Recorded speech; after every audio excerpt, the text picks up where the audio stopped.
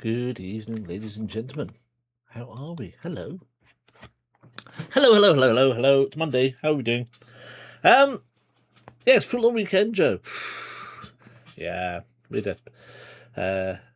Jason had his partner over this weekend as well, so it's been a bit awkward because using parts of the house that we don't normally use. I end up sitting through here till like 1 o'clock in the morning watching crap on the bloody laptop on PC here. It's weird. Anyway, how are we all? Joe, thank you very much for your 7-month subscription. That's absolutely fantastic. Much appreciated. Enjoy your ad-free viewing and your wonderful emotes, of course. It's Monday. It's part 22 of Grim Dickensian. It's possibly the last part. Having looked ahead, we don't actually have that much to do. Yeah, so not much. How do we check? Not much. I'm not saying how it ends, but that's for you to find out. But it's whether you're up for it, because I think this is going to be a bit of a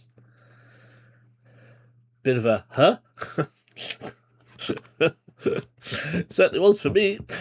Sam, good evening. How are you, mate? How are things? And Silver wants to talk about the D&D game they're in, but it's so much to share. Oh, my darling. It felt a bit final boss on Thursday. It's almost final boss, yeah. It's definitely getting to the pointy end of the steak, as they say. No notes from Joseph, so we're obviously on the right track, and I think that's probably good. So yeah, it's going to be an interesting one. If we go, we have done 11 sessions and we've played from 7 a.m. until late night. That is mad, Silver. That is absolutely mad.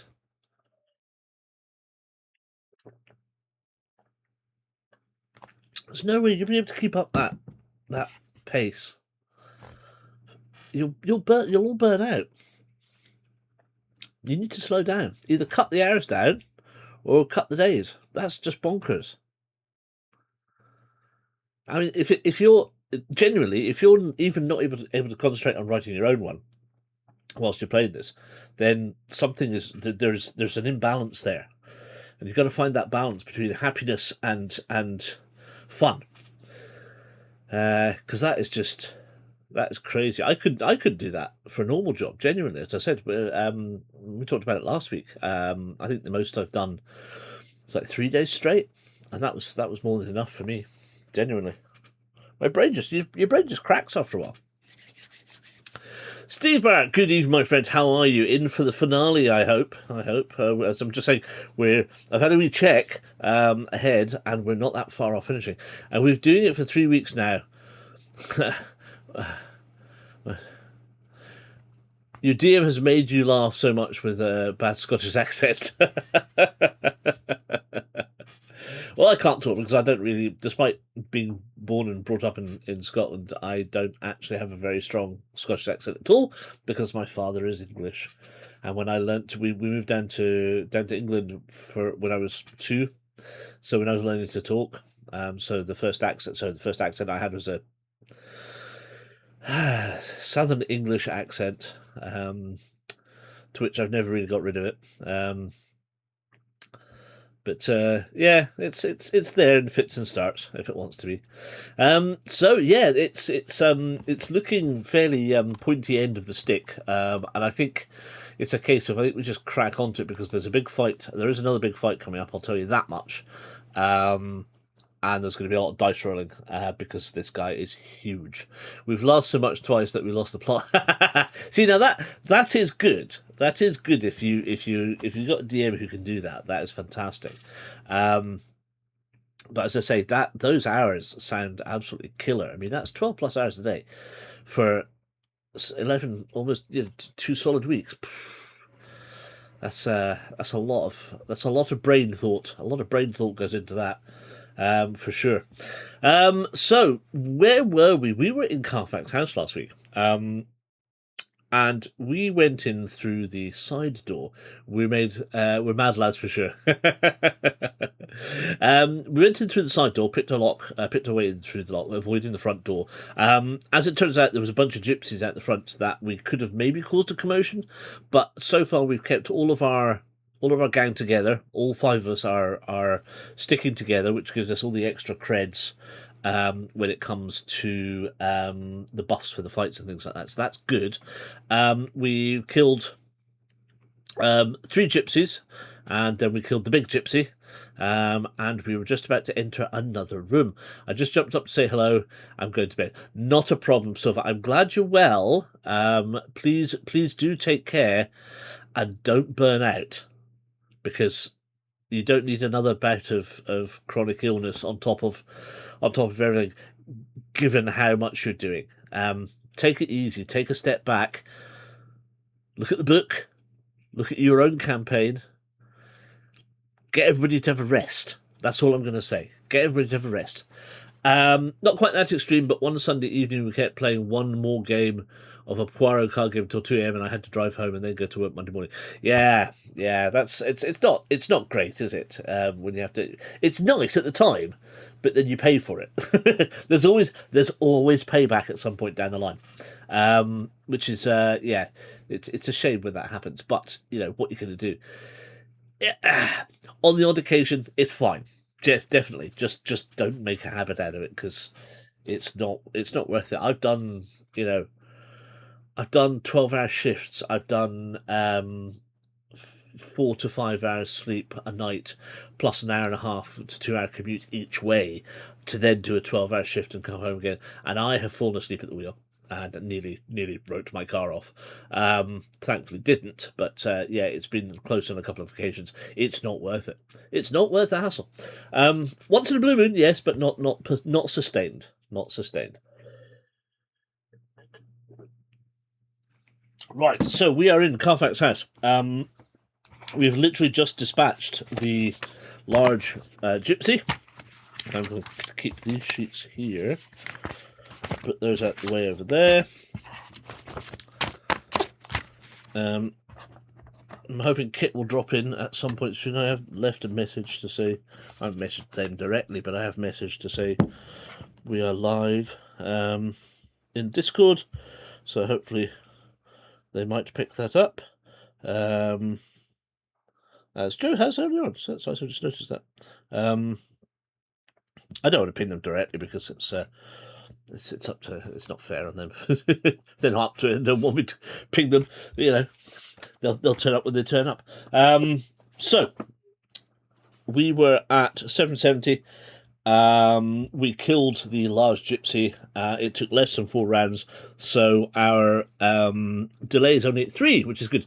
Say that tomorrow is going to be a long day off to Canada. I need to be up at 4. Bloody hell, mate! Wow. Right. Well, let's crack on then. Let's crack on. Let's not be holding you back too much. Yeah. Okay. Right. Let's go for it. So 785 is where we're off to next. I'm just going to launch straight in. So we killed the gypsy, boom, boom, boom, and we went through another door. So upon opening a door, you hear a light twang. And when you see the mounted crossbow in front of you, you realise you have but a second to act. You now have 3 choices. Save yourself, attempt to save a single member of your team, or attempt to save 2 members. Was that got a bit funny again? Hold on, let's just sort the camera out. Main cam. I'll go quiet for a second.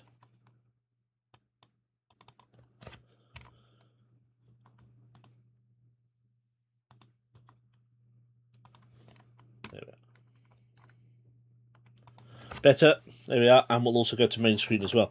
785. So, save yourself, save a single member, save 2 members. We roll 1 die, and we consult the results below to see what you need to roll for your choice. So, 3 to 6 saves yourself, 4 to 6 saves 1 team member, 5 to 6 saves 2 team members. If you succeed in saving yourself and you are the only person left, or saving one or two members and they are the only people left, you can skip to the bottom of the passage.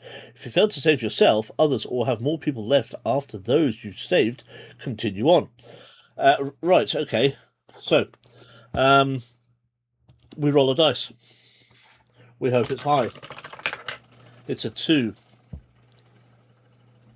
We failed to save ourselves, others, or have more people left after those saved continue on. If you roll 2 dice and consult the results below, if you roll the number of a member of your team who is not present, then the shot misses. You can now skip to the bottom of this passage.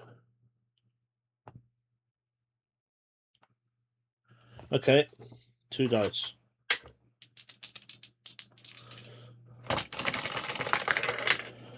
$10.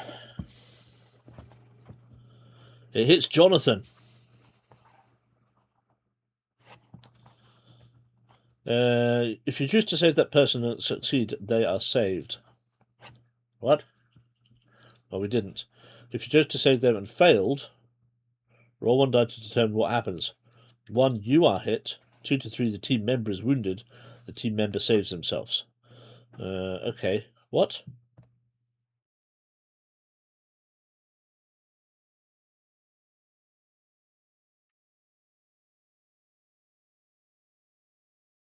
Hold on.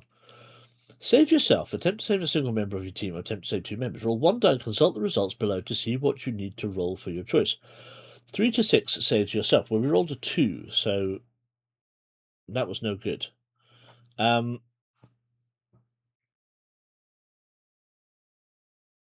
If you fail to save yourself, others will have more people left after those you chose. After those you saved, continue on. Roll 2 dice and consult the results below. If you roll the number of a member of your team who is not present, then the shot misses. You can now skip to the bottom of this passage. Well, it hits Jonathan. What? If it hits you, it doesn't.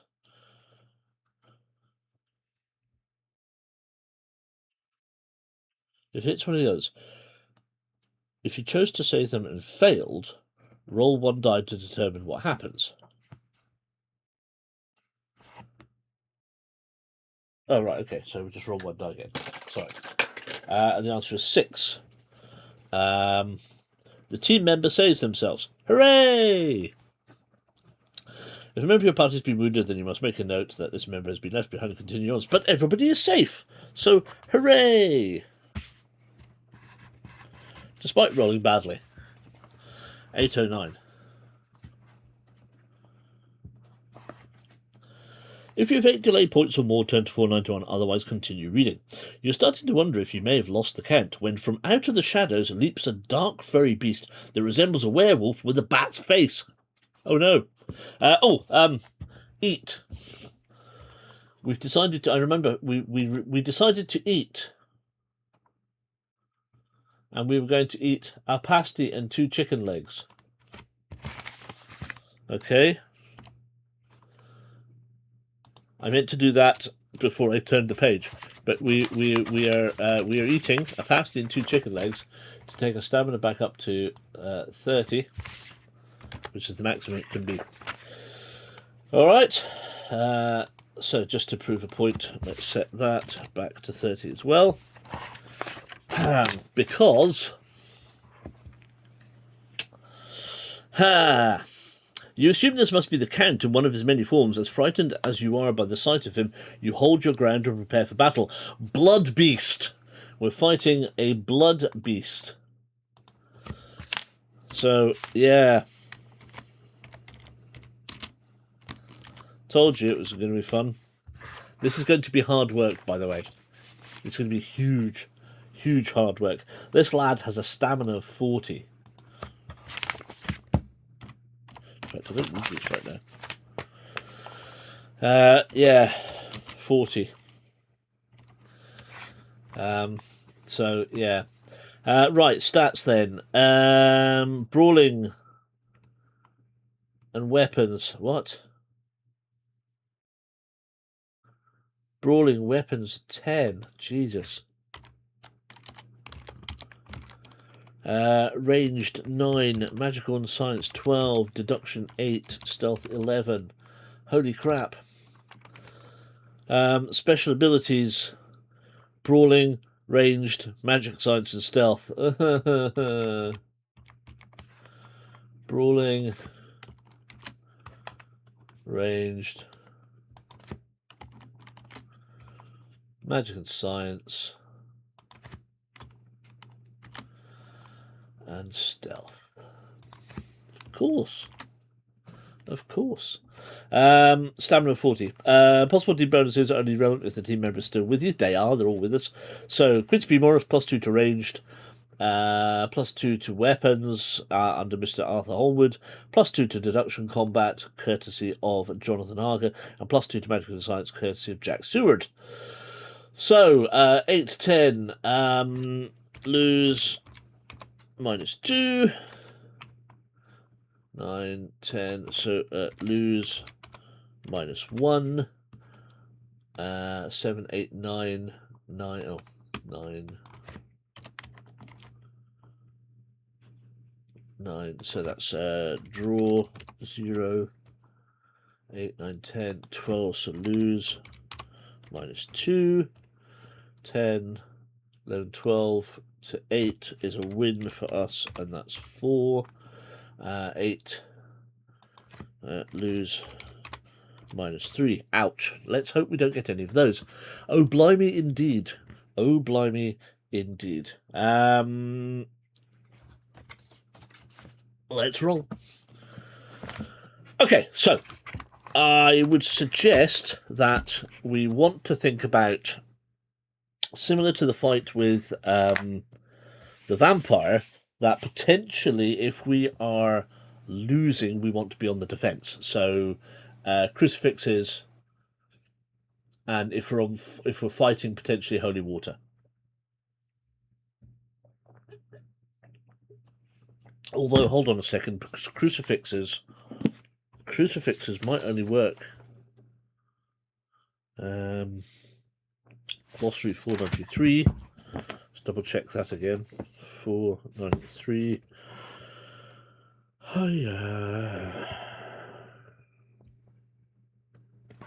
Crucifix can be used instead of a defense roll to survive any vampire.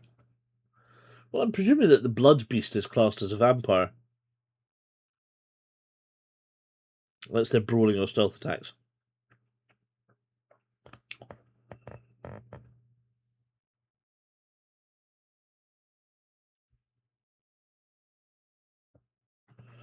Holy water can be used in conjunction with any weapon to double the damage to any supernatural character. Will only inflict 3 damage maximum on ghosts.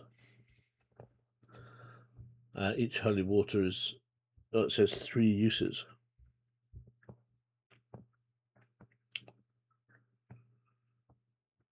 Oh, let's fight out. Let's fight out. I guess a blood beast is a vampire. I think so. I think so. Alright, let's charge our glasses before we go into this one. It's been absolutely roasting here again over the weekend. I don't know how it's been for you guys. I just, I finished dinner and my temperature just went through the roof. I just sweat buckets. I don't know why. Must be male menopause. Right. Let us battle. Let us... Oh, actually, that's a point. Let's get this sheet up.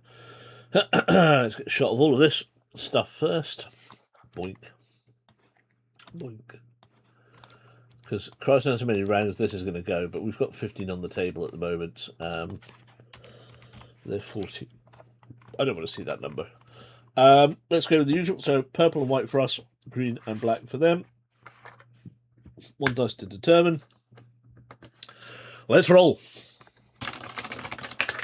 Straight off the bat is 5, which is deduction, which is our win. So we start with a 6 straight off the bat. Woohoo! Which is good because that's our special, which gives us. Oh, this will be the -2 thing. Anticipate move. See below. Anticipate -2 to any one attribute roll for the opponent for the rest of the fight. Can be used multiple times, but only for one attribute at a time. If there are multiple opponents instead, -1 from this can only be used once per round. Will not take damage as well.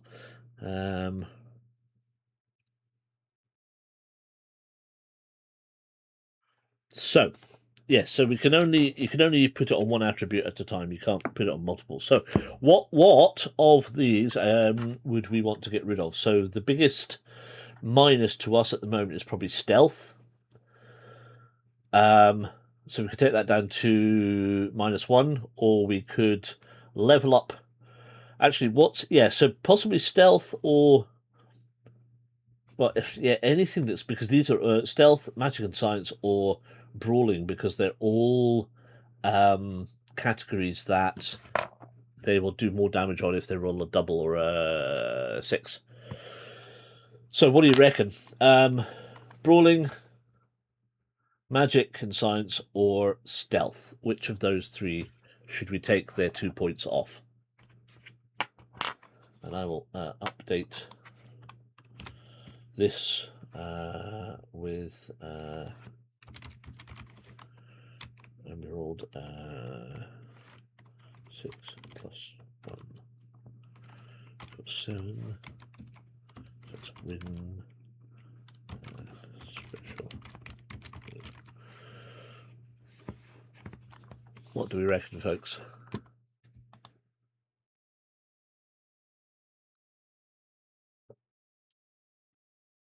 Matty, hello. It feels better to choose whether brawling or magic and science, as they changed and lost to a draw. Yeah. I mean, I thought, yeah. I'm just thinking of the dice rolls. The chances are, I mean, -3 is quite a biggie for us. So if we roll poorly or they roll well, it doesn't really matter. But if they roll poorly and we roll well, then that -3 is a big difference. Or as you say, we just even them up. Stealth for you. So Joe would like stealth.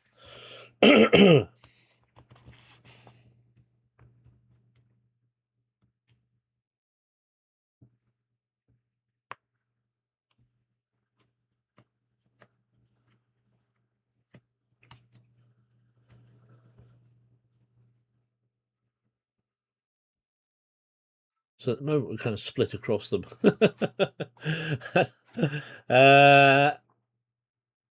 Edward's going to go with Joe and go for stealth then. Excellent. Right, let's take it off stealth then. So -2 puts them down to -1, which is a bit more doable. Bit more doable. Okay, cool. All right. So I can't remember. Do we actually hit? Do we get to hit on that as well?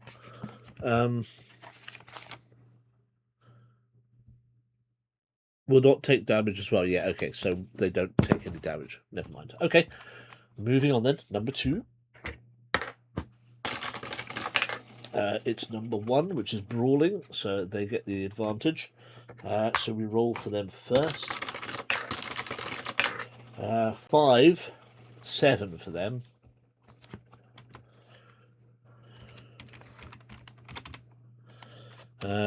So the question for us, I guess, is, do we want to go on the offense or the defense?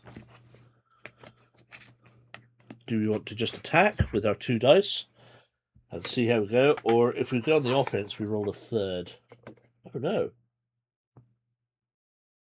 Where's that come from?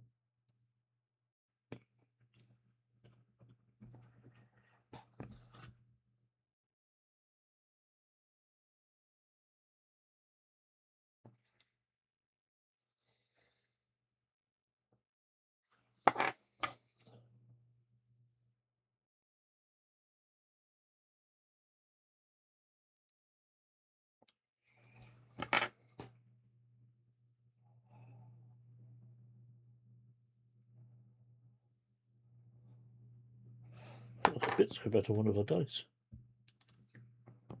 How odd. Put it over there for now. So yeah. What do you want to do? Should we go offensive? We could beat 7. Okay. There's a 6. It's 9. What's that? Brawling. Also, that's ours. So we rolled a 6. So that's 6 plus 3 equals 9. Whoops.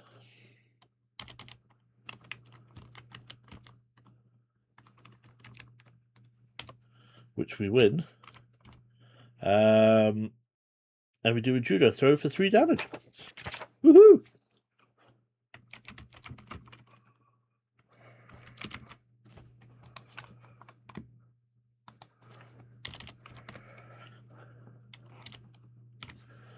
That was worth it. So they go down to 37. Woohoo! Well, there we go. 2 rounds in, and we've taken some points. Okay, let's go. That's a 4, which is magic and science, which is a loss for us, so we go second again. 9, 11 for them. Let's roll our 2. 6. We might want to go defensive. 7. What happens if we? What happens if that's the? Where's the combatty bitty? 130.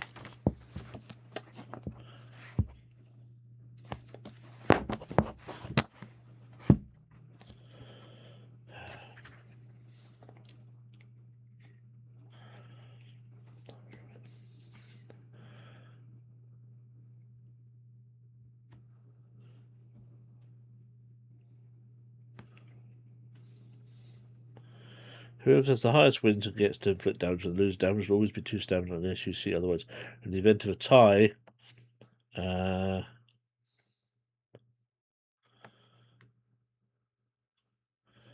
person who attacked first will automatically win. Now restart phase 1. So, what did we get? We got 4, 5, 6, 7. So they win, which means we lose. And if we're defending,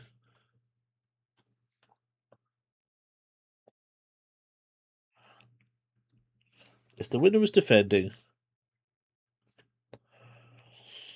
they do not inflict damage but lessen the damage of the attack against them. If the loser was... It doesn't matter. I was just 2 points off us. It's easier just to say 2 points off us and be done with it. Right, okay.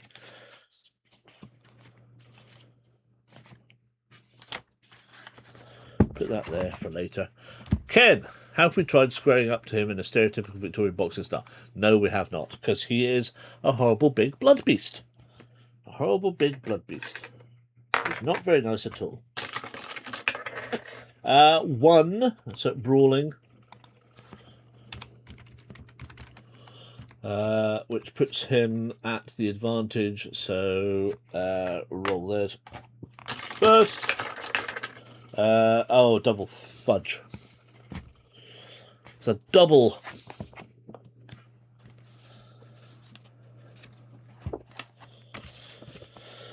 Hi. So they get a 2 plus 2. So we automatically lose. Roll 2 dice damage and restore the amount to his stamina. No! What? Roll 2 dice?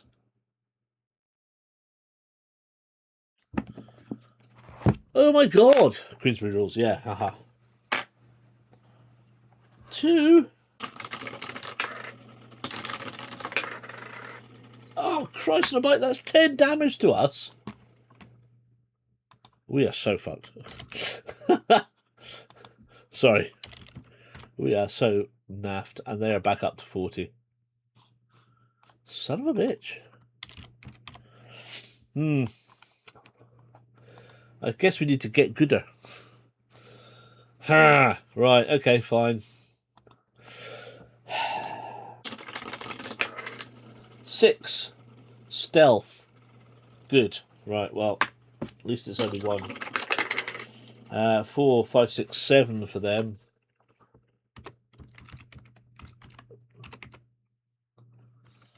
7. Up there.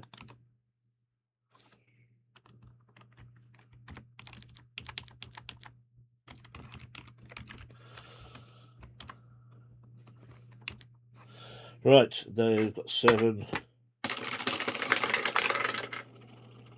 We've got 4 bar. That doesn't give us anything at all. Oh well. So we lose. But we can play defense. Get a 6, which takes us to 10. In defense mode. So they were winning. Oh, here we go again. So if they were winning, if the winner was defending, if the winner was fleeing.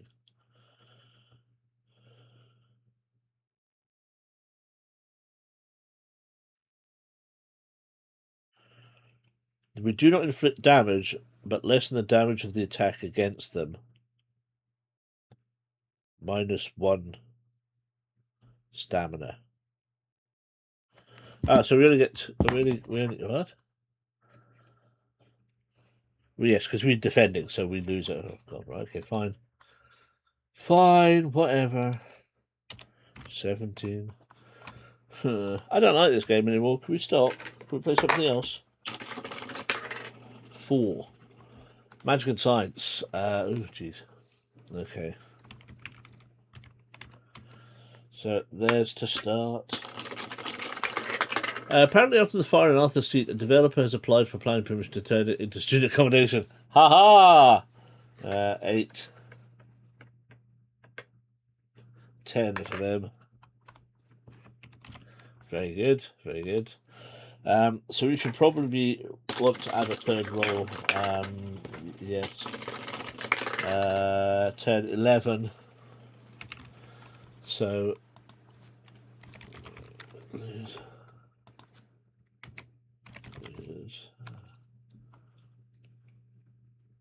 Let's go def.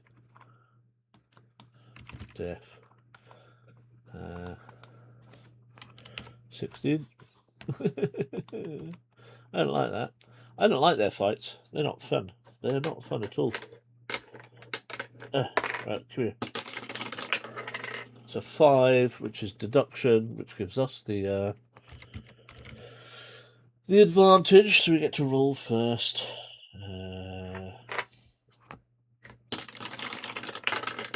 5. And 5 to 10 is a double. Oh, excellent. So we now get to take something else down by 2 points. Where's poor Arthur going to sit there? Well, exactly. Right, what we're taking down by 2 points, is it brawling or magic and science? I mean, to date, both of them have come up 50-50.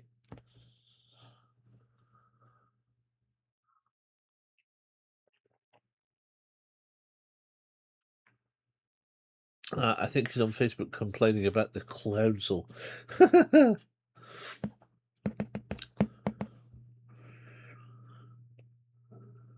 Such is the way. Such is the way. I don't get all of these fires at the moment. It's it makes 0 sense. But then people are clowns. So hello. You're in a video call. Not a problem. I'm glad you're here. Magic. I'm kind of magic. Yeah, I'm kind of agreeing with you. I think magic is probably the one we want to at least get a draw on, because again, well, either of them are potential nasties, right? So let's take -2 off that. which then brings that down to, let's do it like this then, a draw of 0. I should put that back to 3, 3, and then take that down to lose -1, since we're working on those ones. Okay, cool. So, and again, they don't get anything off them, unfortunately, but never mind. Next up, oh, so deduce, what did we roll? Oh, yeah, 5 plus 5. So, win special. Oh, for goodness sake. Fine, I don't care, it doesn't matter. That was a 6, so that's stealth. Which means they get the first roll. That's a 4 and a 1, which is 5. I'm hoping we can take this one. We'll just do a straightforward attack. That's a 3 and a 5. That's 8. Yes, that's a definite 8 for us. So it's a win. 38. We've damaged them. We've done a damage. 3 up next. Ranged.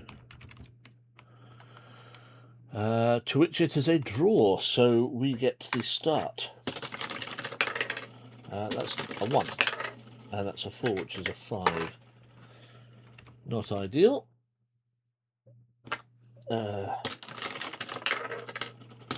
4. Ah, you're joking me.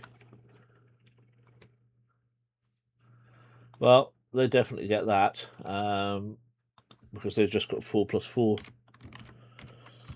So lose, special, move. God damn it. Ranged. Deadly pounce. He performs a leap that takes 4 damage off you and can instantly be followed by a brawling attack with a +2 advantage.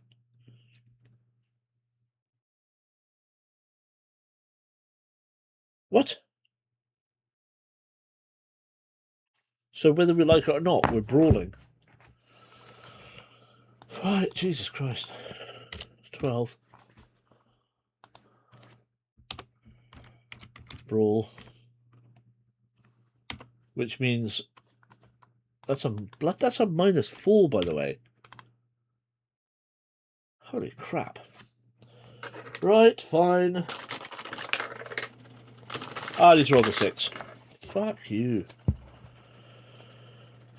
Blood drain, roll 2 dice and restore the amount to his stamina.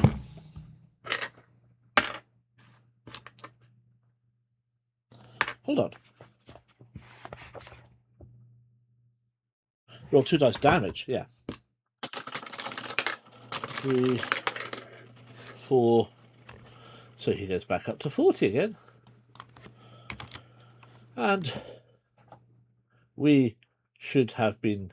flippin' heck. We have not done this at all well. I've just remembered. We've not been using crucifixes or anything like that. Alright, fine.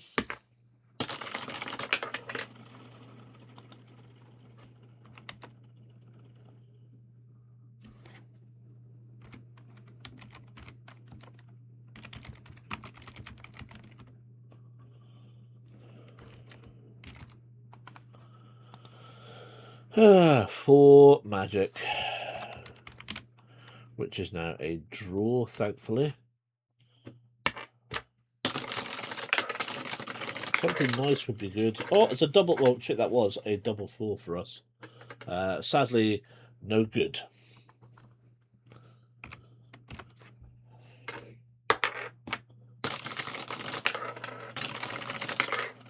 Three. So we win.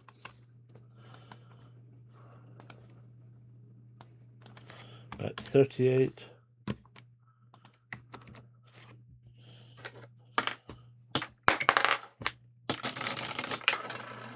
It's a 6 stealth. So he gets the advantage. 5, 8, 9. And we roll.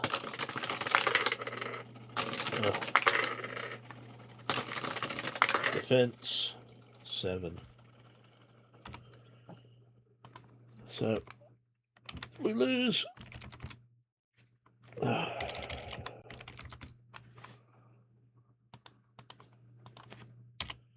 to 6. This is not going at all well. 6 again.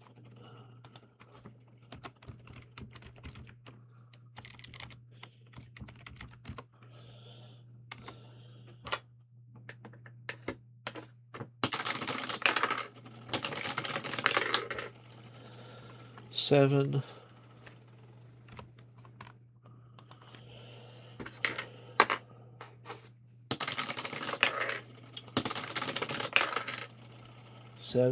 It's a draw.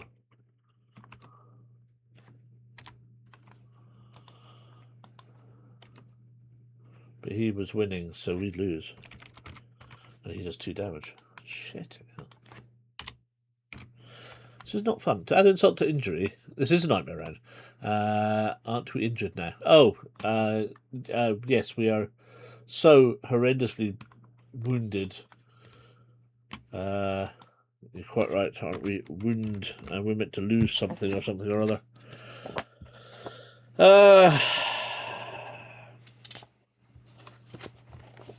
Well remembered. We should have done that after 12.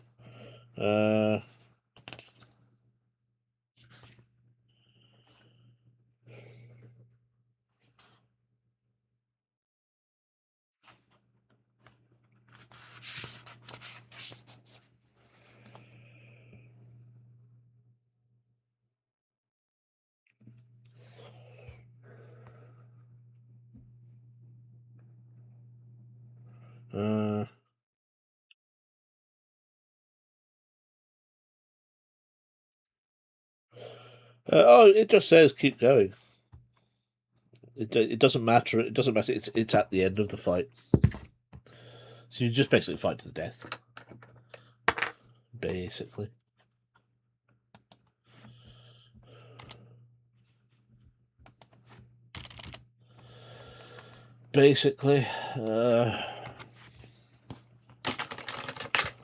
It's a 3, which is ranged, which is a draw. So you get the advantage. High numbers would be nice. It's a 6. It's a 9. Ranged is one of ours, so that's 6 plus 3 equals 9. Don't think it really matters.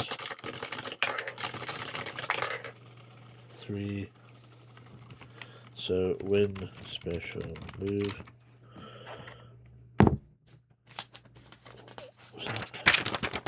Ranged. What did we roll? 6. 4 damage. Woo! Check that out. Look at him. He's down to 36. 32. Oh shit, what was that? 34. He's on the ropes. He's on the ropes.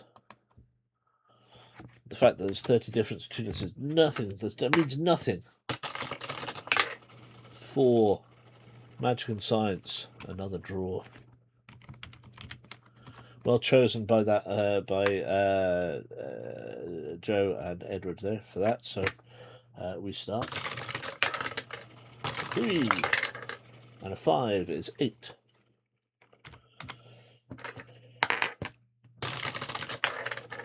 And a 1 and a 3 is 4. You win. 32, yes. See, now we're talking. And long may it continue like this. Let's just keep going like this. 3 ranged, yes. Excellent. Ranged as a draw, so we start. High numbers, please. Oh, 6, please. 8. Fair enough. What are you going to do? Can't do anything about it. 1, 5. Oh, a 10, damn it. And what was that? Ranged. Of which they... Oh, bloody double again. Well, I think this signals... I think this signals the end of us. Range, deadly pounce, performs elite that takes 4 damage and kills us. We're dead. Dead. Dead. Dead. Dead. Dead. Dead. Dead.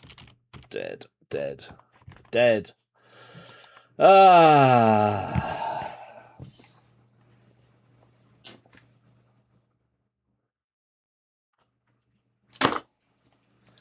Well, that wasn't fun, was it? Our adventure ends here. We die. However,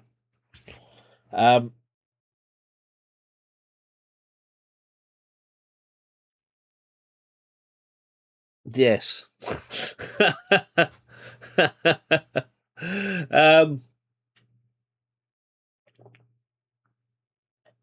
But death is only the beginning, yes. All that, and we die at the final boss. Well, yes, I'm afraid so. I'm afraid so. Well, that's the way it goes. You would then start over, basically. However, I would like to read, if I may, what would have happened if we'd won.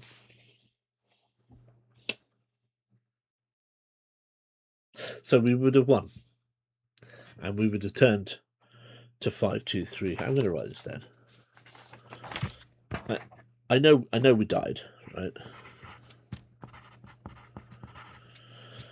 Quite horrifically. It is spectacularly, yes. Which is a shame. But hey, 16 rounds, and we just got some unlucky rolls, I think, and that's just the way. If we won in a parallel universe, indeed. So imagine, if you will, that we won, and we turned to 5-2-3, and this is how close we were, right? And also, this ending might appease things a little for you. Anyway, so 5-2-3. 5-2-3.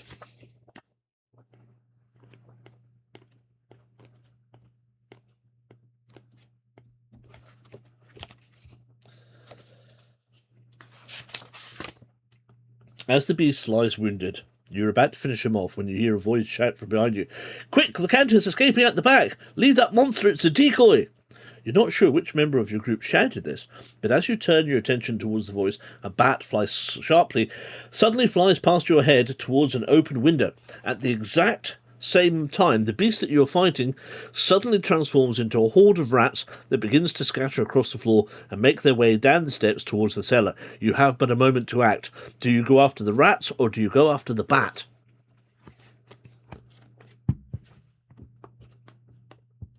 Rats or bat? Bat or rats?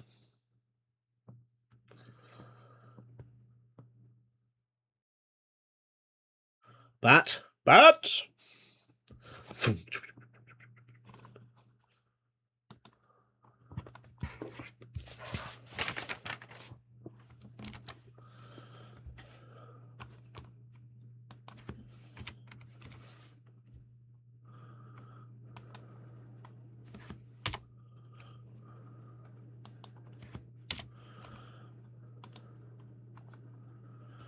Brats, bat, I'm with Kit. Bat, bat, that's a terrible, it's meant to be a bat. Looks like a piece of poo from here. A joke. The Bat. I'm Batman. I'm broadly against occupying a cellar that I know is full of rats, in which case we'll follow, let's follow the Bat. To the Batcave, 859.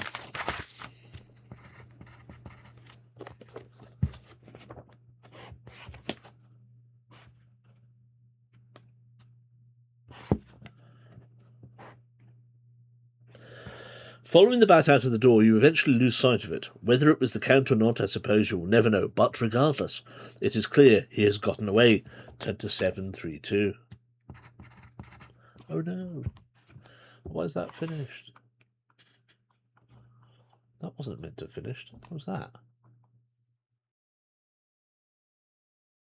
Oh, that was that one. Play that one.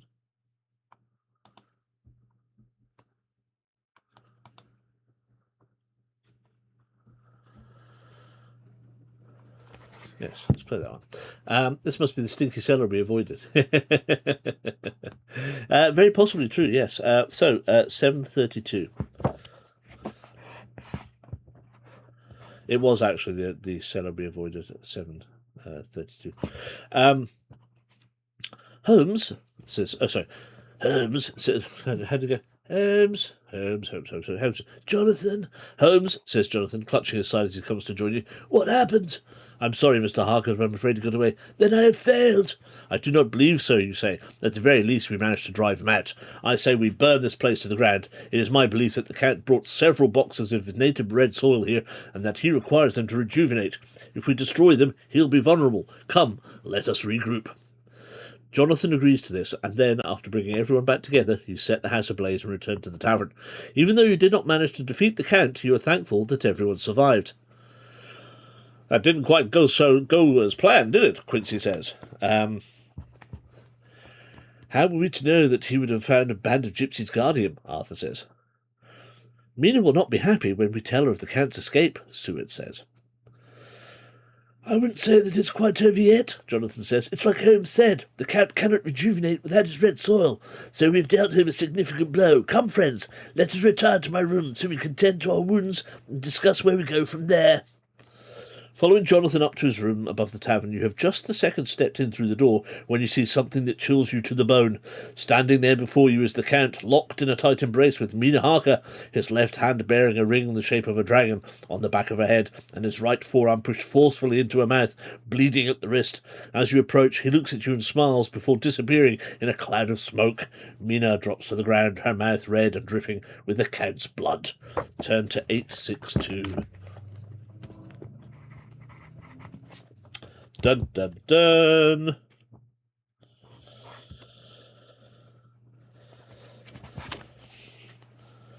God in heavens! Jonathan cries out as he runs to Mina's side and cradles her in his arms. Seward soon joins him and checks Mina for signs of life. Well, she has a strong heartbeat, so that's a good sign, he says. Bring her over to the bed so I can examine her further. Jonathan does as directed, and then after laying Mina down, moves off to one side so Seward can examine her. A few minutes later, the doctor turns to the group. I believe she simply fainted from loss of blood, he says. The Count has fed off her, that much is clear from the holes in her neck, but what concerns me more is the fact that she appears to have ingested some of his blood. Will she turn like Lucy? Arthur asks. Only if she dies with blood inside her, you say. It is fortunate that we arrived when we did, because we had not gotten here. If we had gotten here a few moments later, it is likely he would have completed her transformation. We need to go after him, Jonathan says. This is only a sign of what he has in store for us. But where will we go next? Quincy asks. Across the sea, you hear a weak voice say, and you all turn to Mina, whose eyes are still closed. Mina? Jonathan says, confused.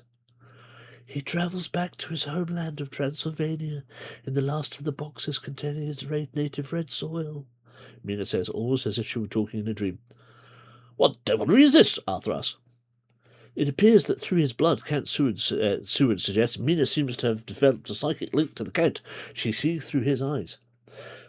If this is true, then we know where we are going, Jonathan says. We need to stop him before he gets there. And after much discussion, the others come to agree with Jonathan and begin to make plans to leave in a ship that very night. Will you be joining us, Holmes? Seward asks. I know it is a lot to ask, but I think we stand a much better chance of defeating the Count if you come with us. You think over this proposition for a few minutes before giving your answer. Turn to 613.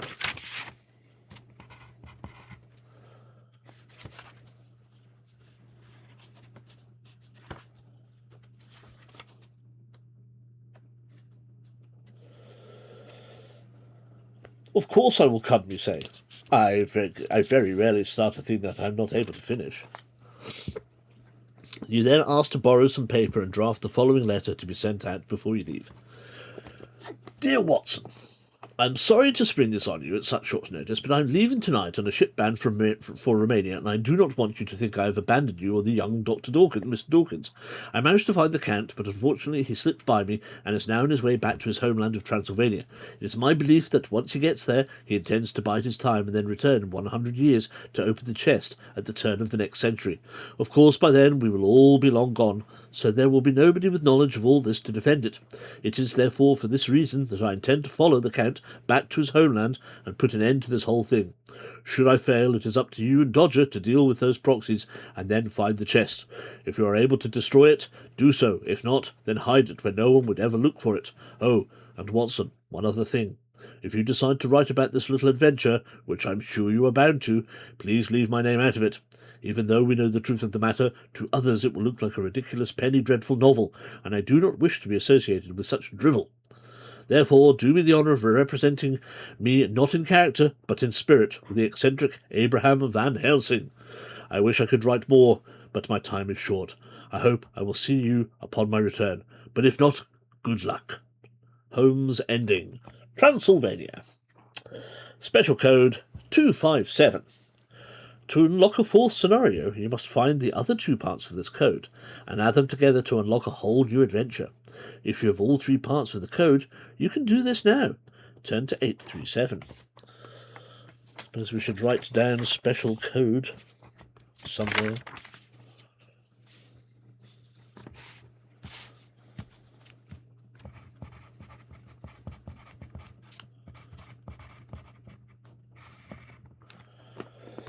Two, 5, 7.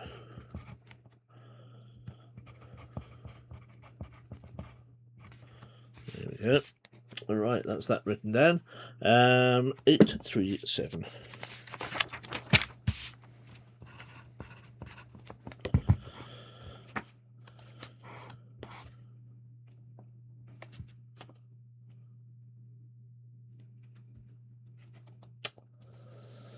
Since we've reached the end of this adventure, you can do one of the following. If you've just completed an individual adventure, you can choose to try the same adventure again or try a new one. If you choose to do this, you must add SAEF. For Holmes, turn to 261. For Watson, turn to 365. For Dodger, turn to 226. Or if you wish to try a crossover or multi-character adventure, turn to 515. Or if you wish to start the prologue again, turn to 1. So then it says what you're doing if you're doing a multi and what you're doing if you're playing a crossover. And that is basically it. I'm afraid. Basically, you're done, you're dusted, you can start again. You can start again as Dodger. You can start again as Watson. You can start again as a conglomeration of the three. So there we go. barely an hour. Not even an hour, I'm afraid. And that is us. That is it. That is it. I don't know what to say. Thank you, I guess. It's been a doozy. Shame we went out on such a completed it, mate. Yeah. It's a shame that we didn't quite make it. I thought we might have. Now, partly that's probably my fault for not defending a little bit better. I forgot we have had the crucifixes and things. Whether those would have made any difference or not, I don't know. I think what they would have done is maybe lessened the damage against us, not necessarily negating it, but lessening it. All I would like to say is, if you are interested, and I think you should, if you want to play it, please do go to this. This is Joseph's site on Amazon. I'll put the link in the chat here. Please do go and have a look at his books. They are incredible. They really are incredible books. They're as you can see, a bit of a time to get your mind around it. But once you get into it, they're really good. They're really good. I love all the different elements to it.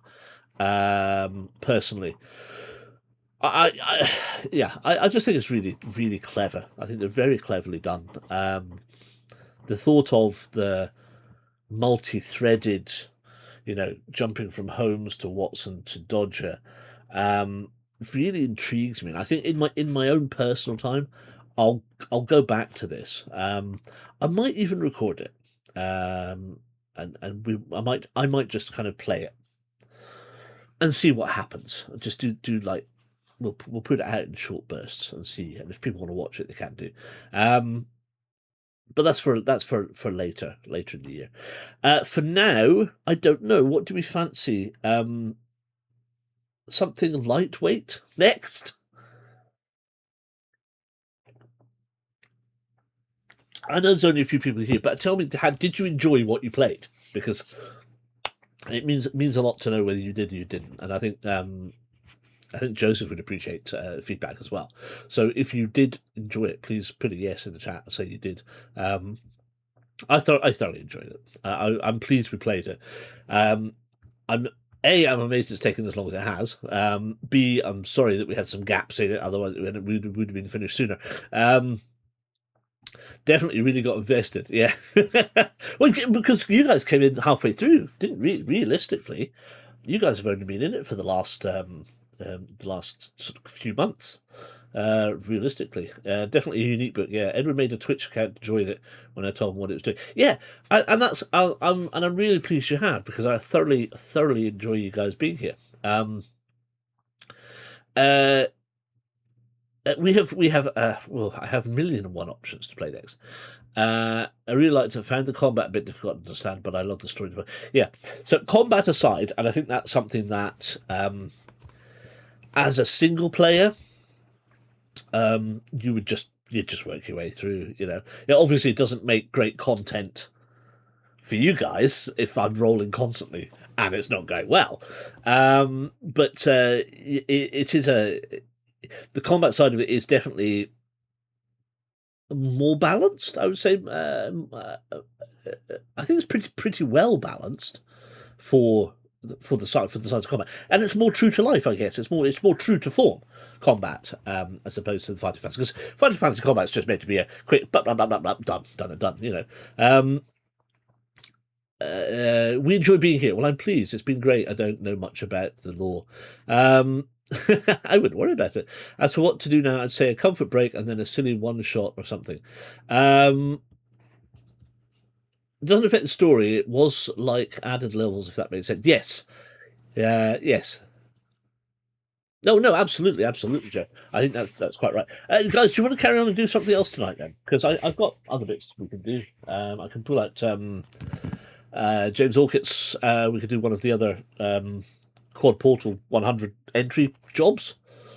It should be fairly straightforward to run through one of those, if you fancy. Actually, do you know what? Those of you who are here, if you are, however many or few of you are here, do me a favour. Just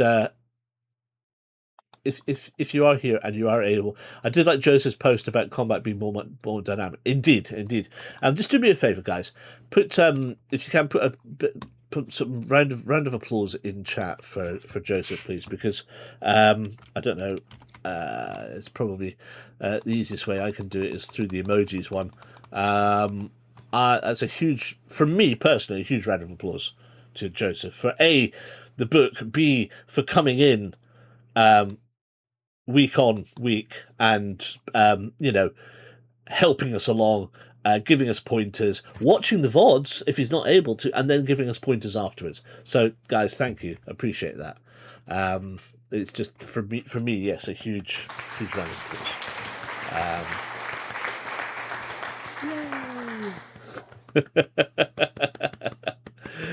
It's just a shame he couldn't be with us tonight, because his new schedule has just totally thrown him out the window. Yeah, so tell you what, it's 22:51. It's just after an hour, just over an hour since we started. Why don't you go and charge your glasses, guys? If people want to pop off. Anybody who's left will maybe do something. We'll do a quick book, and we run through some other bits and pieces. But let's take a quick comfort break and come back in 3 or 4 minutes, and we'll start a new one. Yeah. Excellent. All right. If you're going to pop off, good night. Thank you for dropping by. If not, please hang around. I'll see you all in a minute. Where do I want to go to? I want to do that, and I want to do that, and I want to do that, and then I want to do that, and I say we'll go over here. We'll see you all in a couple of minutes.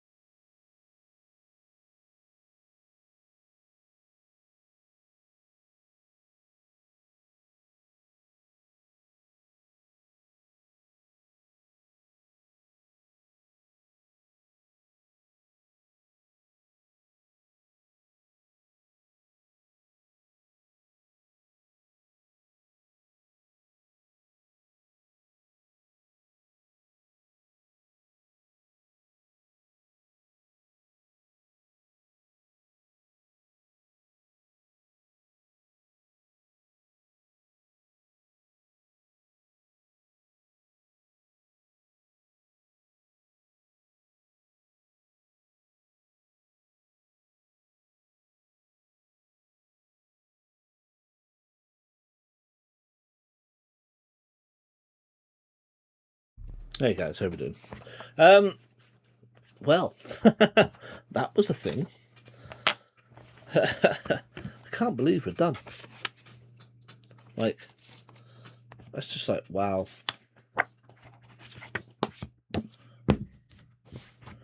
"22 weeks, 44 hours, well, 43 hours. Plus, whatever. Wow. That's a lot of paperwork. Ooh. Excuse me. It's a lot of paperwork. Hello, baby. Hi. There's a cookie here, just off cam. You're looking for the fly. Hey? She's just over there. There she is. Hey, baby. Yeah, yeah. Careful.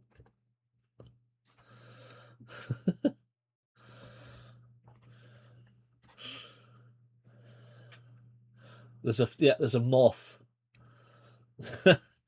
Baby, no! This is the content you want. Where are you going? Hey? This is the true content people want. Whoa, careful. Oh my god.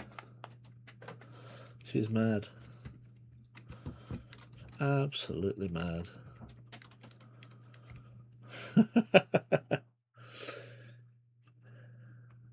She's up in the windowsill now. Yeah. It's not there. Wait, no! Cheeky. It's on top of the computer now.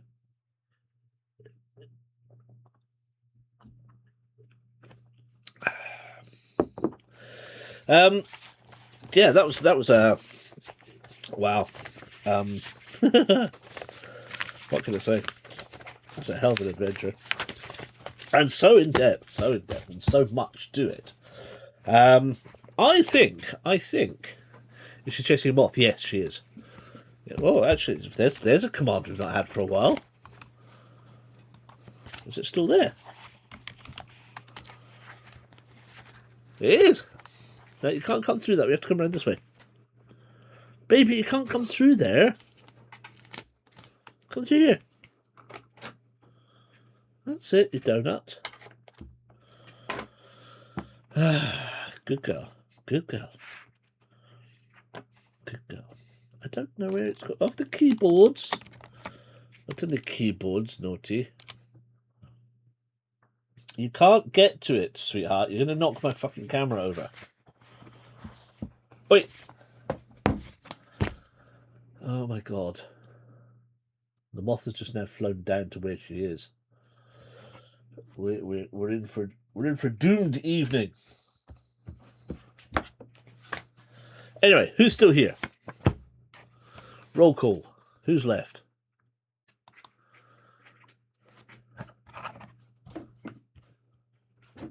No! Oh, you silly girl. Oh, God.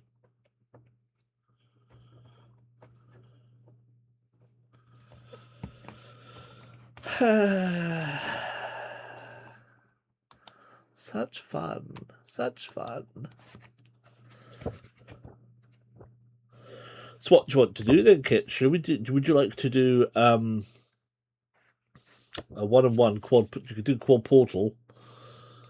Steve's here. Oh, that's fine. Have you done all of these ones, Steve? James Orchard's Quadportal. Have you only done the ones on when we've done them here and when Ken's done them? Because I do have its follow-up book. But that's 200 entries, and I don't think we'll get through that today.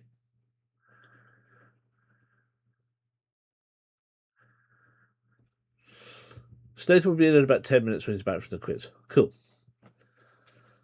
So I think we did 1 and 4. I think we've done Ripper Reaper Man. We did Ripper Reaper Man, and I think we did Tormentor Tree Tower. So we can bring an end to a merciless mind master in Ultraviolator Underworld, or put a stop to Dark Priest's plans in Spiritual Sacrilege. Which do you fancy?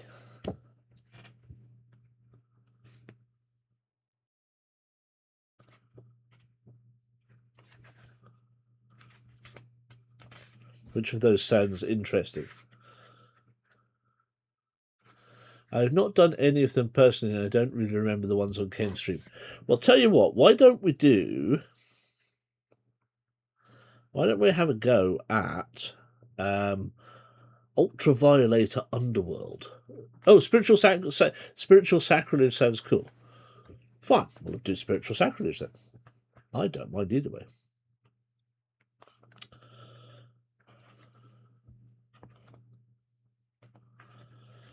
I suppose we have to go over the very, very beginning, because I can't remember how any of it started. Why is my book crushed? As my page got wet. Go for it. Right, okay. So what is Spiritual Sacrilege? Now, right, let's run through the bits and pieces. Welcome, Quadportal's a collection of 4 short adventures, blah, blah, blah. Northgate Abbey is the setting for Spiritual Sacrilege, which has experienced the misfortune of a dark priest trespassing to their premises, and who's now determined to make it his place to carry out all kinds of tainted necromancy. Will you be the one to aid the noble monks so that a balance of righteousness can be restored to the Holy Abbey? Pencil eraser, 2 6-sided dice. Adventure sheet can be found at the end of the book, 1 sheet spread out of 2 pages per adventure. Right, let's have a quick look at the adventure sheet and see if we can't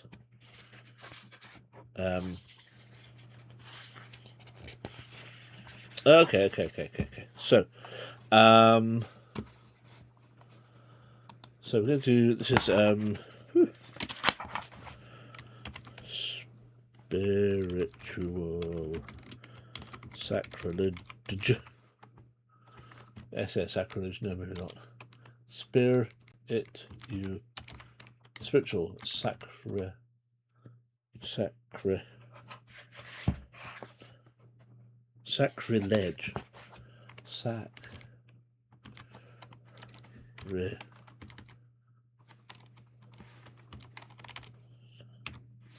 There we go. We have a bunch of stats as per. Have you seen the new Ian book and a hardcover of City of Thieves? I know. I've just tried to justify it to see. Apart from Warlock, for the last one that came out, I've not been buying the hardbacks. And I kind of wish I had been. But no, I've not bought any of the other hardbacks, so I'm just going to get the what is it, Crown of Gold, or Goblin's Crown of Gold, in paperback. But I might try and fork out for the City of Thieves, because I think the City of Thieves is going to be pretty cool to have in hardback, personally. I like to think. Okay, so we have brutality.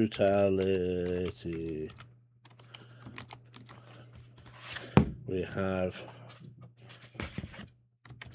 physicality, mentality.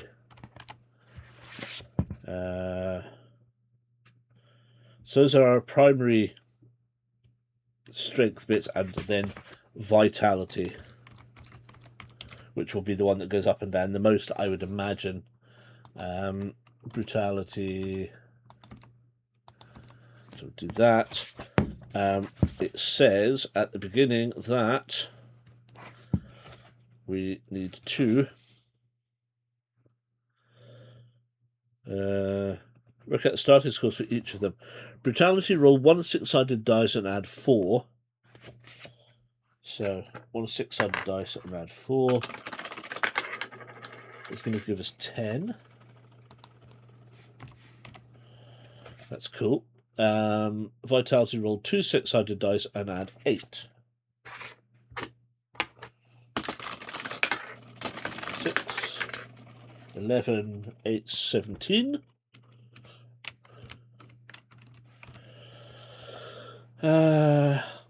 Sorry, that was vitality, not physicality.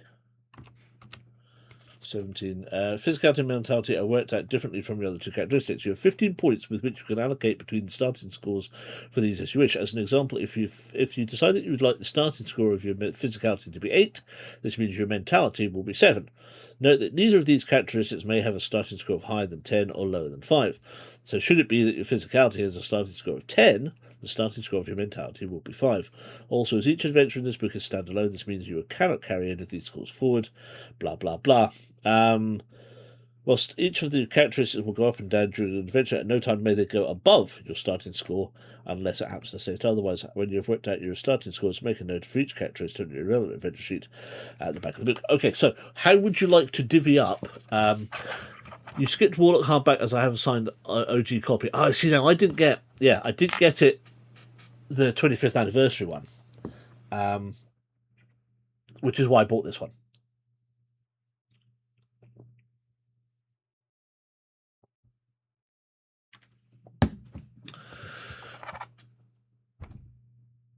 Unpopular opinion method, I actually read my signed hardcovers. Quite right too. I read all of my books that are signed. I've read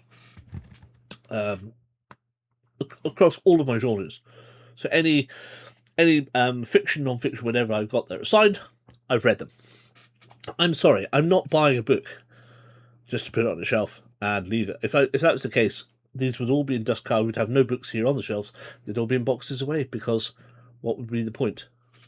Sitting on the shelf, they get sunlight, they age, blah, blah, blah. I don't care. All of the ones over there, most of my fighting fancy are completely bleached. I don't care. And the point is, I play them. That's the point. Anyway, never mind. Sorry, physicality and mentality, we have to split the 15 up between the two. How would you like to do it? You want to go 8 and 7 as the book suggests? Do you want to go 9 and 6, 10 and 5? How do you fancy doing it? And which way round would you like it? Would you like us to be slightly more stronger or slightly more cerebral?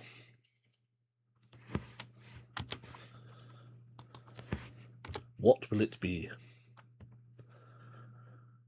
I know a lot of people buy a signed copy for sharing a paperback for reading. Yeah, I buy two signed copies because I like to give them away. So I'm building up a small amount of books here to give away at some point down the line. So yeah, that's what I do. But I don't buy 2 books to keep one on the shelf pristine. I don't care. I think that's the problem. That's the downside to this, which is why we don't get the sort of people I expected to come in here, because they're too purist, for want of a better word.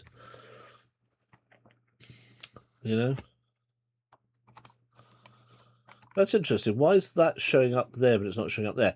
6, 9, and 6. Let's go stronger, like Kelly Clarkson. Yeah. Okay. So you suggested 9 for physicality and 6 for mentality.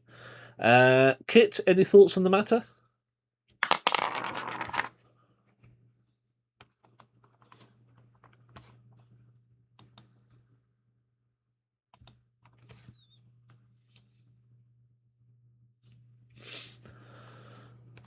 I mean, I'm happy. I'll put that in as provisionals. I think that's fine, personally. I don't. Sorry, it was talking to Nathan. Oh, hello, Nathan. So we've got 15 points to divvy up between physicality and mentality. Steve suggested 9-6 as a slightly more stronger, physicality over cerebral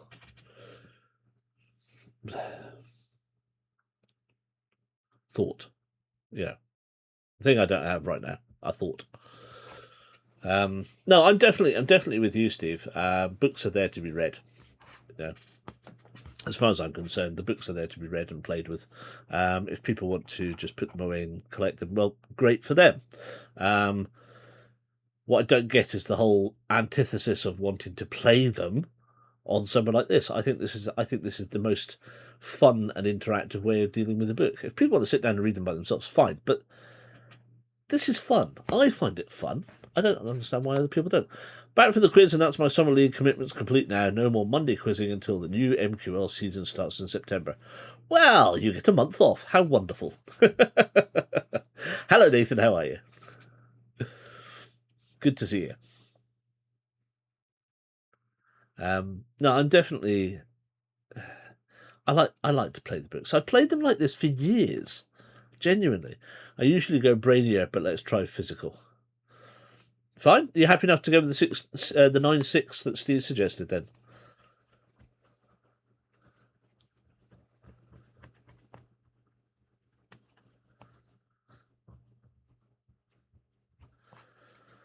Yeah. Yeah, let's try it. Okay, cool. Let's go for it then. I don't know if there's anything else. Oh yes, so maybe we'll get some food parcels and stuff like that. So hopefully, the more we get into it, the easier it becomes. So we are going to Spiritual Sacrilege. Check out the cover. That's quite nice, isn't it? It's quite a nice drawing there. I can't think of a better option. Okay, cool. Oh, did it say about food parcels? Sorry. Blah, blah, blah, blah, blah. Battles equipment. Equipment, we have a... Just write this down. So we've got a...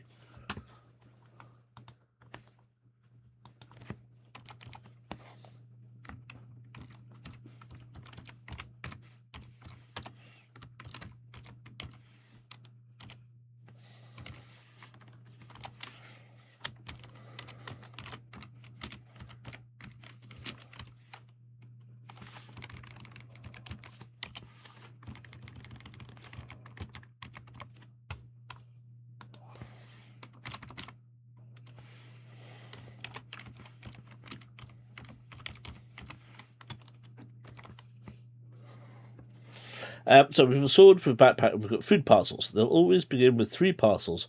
You can eat one of them at any time during the adventure, except whilst undertaking combat. During doing so will restore up to 4 lost vitality points.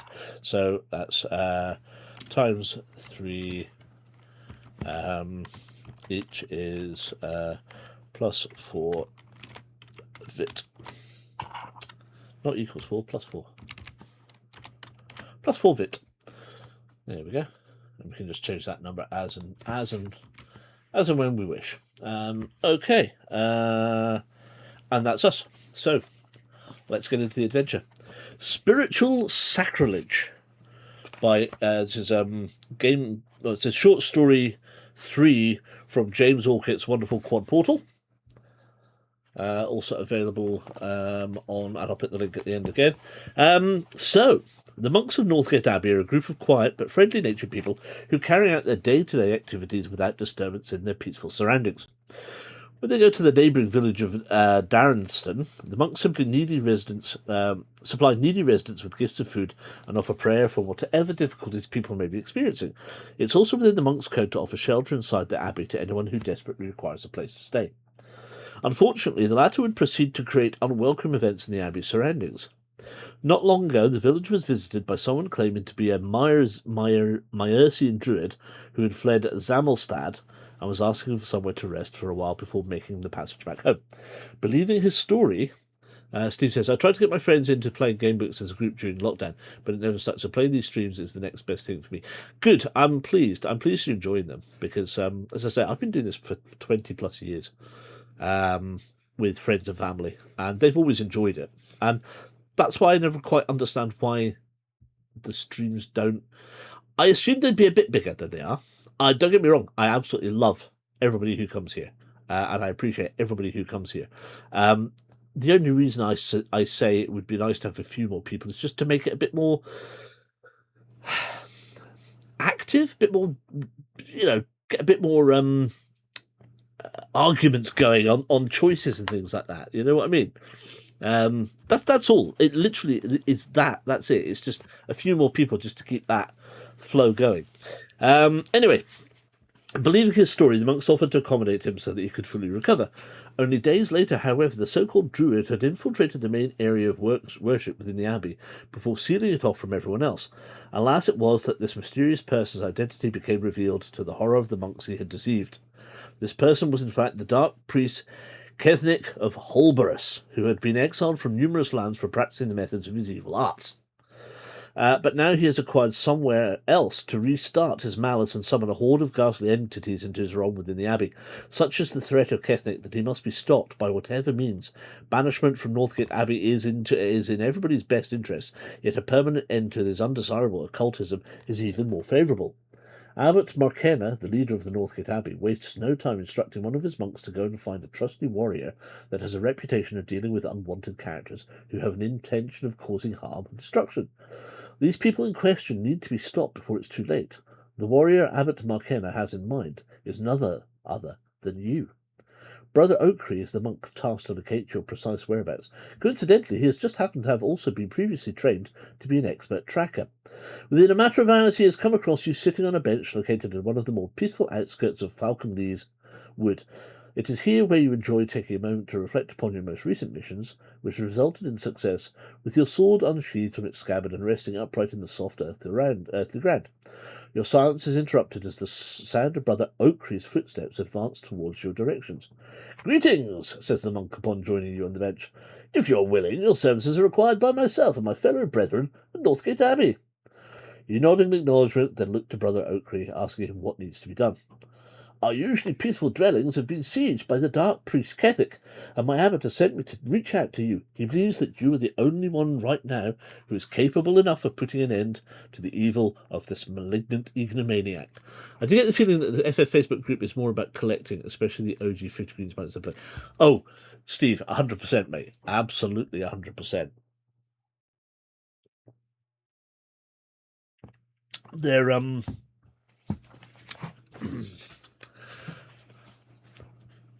without putting anybody's noses out of joint, I think they're very set in their ways. And you're right. It is about having those. It's the original 59 green spines. The Holy Grail. I personally am never going to ever get there, unless Jonathan wants to give me a copy of Magespire. But I don't see it happening, or spell whatever one it is. Yeah. I don't. It's the only one I don't have of his books to date. Anyway, yes. So usually our peaceful dwellings have been sieged by the dark priest Kethnic, and my abbot has sent me to reach out to you. He believes you're the only one right now who's capable enough of putting an end to the evil of his malignant egomaniac. As we speak, Kethnic has already begun to summon his immortal accomplices into the abbey via portal he has created. It is necessary to cease what he has lined up before his powers infiltrate not just Darethenston, but who knows where else. Will you be the one to aid us? Knowing of the power Kethnic possesses from a previous adventure, you come to the decision that this is the time he must indeed be stopped once and for all. And without hesitation, you inform Brother Oaktree that you will be the one to rid Northgate Abbey of this dark priest. A faint smile appears on the face of the monk as you inform him of your decision, before he stands up and turns around to make the return journey to Northgate Abbey with you at his side. Nightfall has already set in by the time you both get there, and Brother Oaktree takes you to Abbot Markena, who looks very relieved upon witnessing your arrival. The abbot greets you, then asks to follow him to his chamber, where over a simple meal he speaks of the grim machinations already worked up by Kethnic within the main area of worship. After finishing your meal, the moment has come for you to prepare your initial course of action. Now turn to 1. As you ready your sword and sling, I could do with a piece of paper. Hold on, where's the book that I was using earlier? Come here.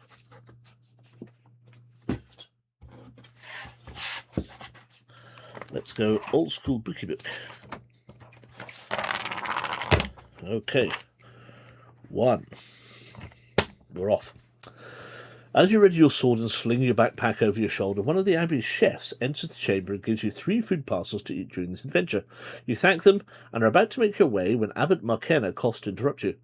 Perhaps I can give an additional item to be of assistance, he suggests as he walks over to a small cupboard situated on the lower wall of his chamber. If you accept his offer and see what he provides, turn to 22. If you say that you must get to Kethnic as soon as possible, turn to 35. So accept or leave, basically. A to accept, L to leave. Yeah, accept. Quite right, too. Accept his offer. Good. Why would we not?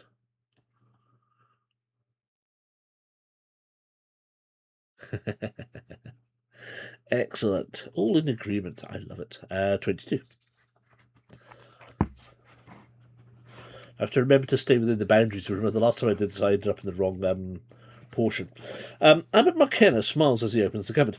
Resources are somewhat tight in the Abbey, and I can only let you have one of the following. He says, what will you go for? A lantern, a silver dagger, or a vial of holy water? L for lantern, D for dagger, V for vial.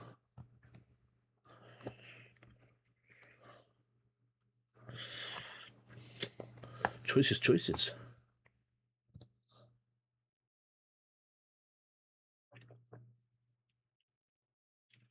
And Steve will go holy water. What's the bet?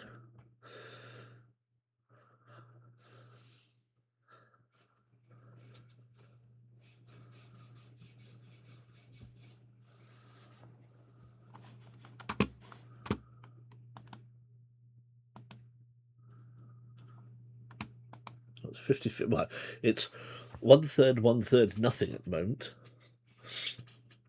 I'm going to have to roll a die. Sorry, missed the choices. So 1 is a lantern, 2 is a silver dagger. So L for lantern, D for dagger, or V for vial of holy water. So far, Kit has gone for the lantern. Nathan has gone for the dagger. Feel free to go for the holy water, and I will roll a die. Or either way, I will roll it. Oh, well, unless... Dagger, right, okay. So 2 for the dagger. Chelsea dagger, silver dagger, 61. Okay. The silver dagger has a sharp blade and looks to be very well crafted upon examination. It's especially useful against creatures that can't be harmed by normal weapons, hints the abbot. You thank him for the assistance he has provided and swear that you'll defeat Kethnic before leaving the chamber so that your adventure can get underway. Turn to 10. Right, 1 silver dagger.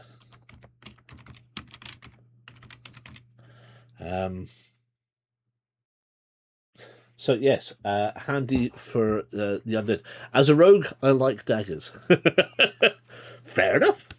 See, now, you and Silver have something in common because Silver tends to play rogues, pirate rogues mostly, but rogues. From what I can gather from their D&D prowess.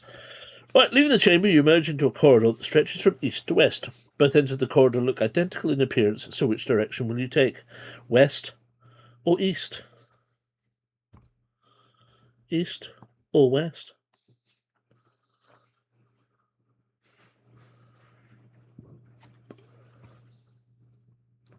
Nathan's going east. Steve's going west. And Kit's going west. We are going westwards. Westward. Ho.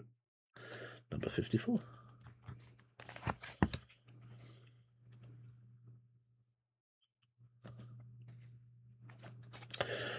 You make your way along and notice a door set in the wall. Just as the corridor takes a sharp turn, there are no sounds being made from the other side when you approach the door to investigate. Do you wish to open it, or would you rather walk on? O, open, W for walk on. It's a door. What do we do with doors? I've played 3 D&D campaigns and played a rogue each time, just a change of race each time. Nice. Kit would like to open the door. Open the door. Boot down the portico. Yes, excellent. That's what doors are for. Opening. Of course. 17. The door opens, and you walk into a scene of delirium with half a dozen cooks fleeing in panic. A zombie has infiltrated the kitchen and is advancing towards them, with the intention of turning the innocent cooks of the monastery into fellow brain-dead servants. Do you wish to attack the zombie, or back out and close the door? A to attack, L to leave. You're playing a rogue in Pathfinder at the moment. I don't know what that is. What is Pathfinder? Is that a... Well, obviously a game. Is it a computer/switch game? Attack.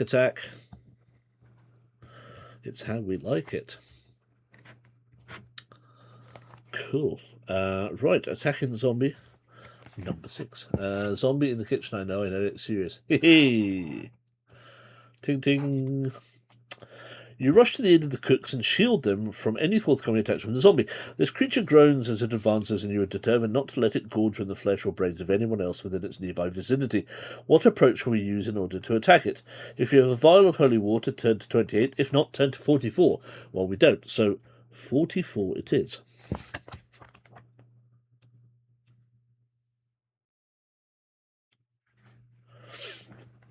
And drawing your sword, you are ready to fight the zombie as it reaches out with its bare hands to attack you. Zombie, brutality 6, vitality 6. If you win, turn to 12. Okay. So, let's have a quick look how to do this. Okay, so I suppose we kind of go down here.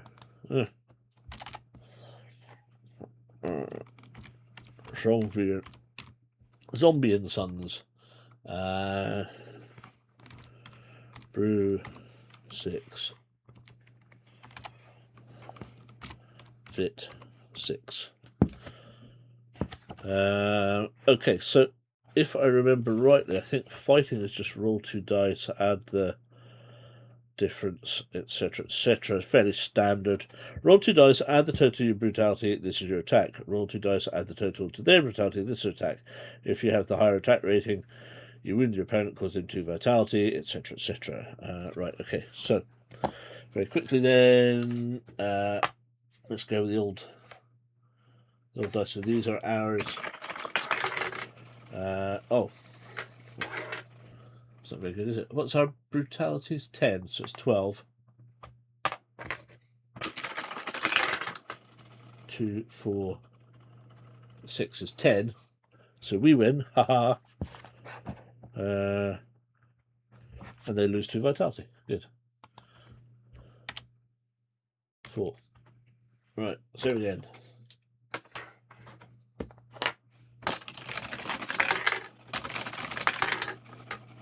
Six.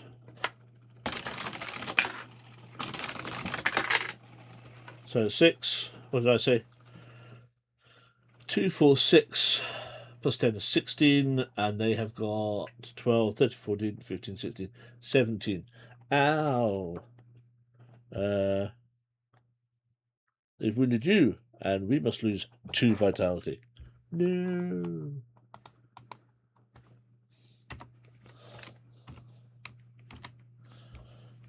Okay.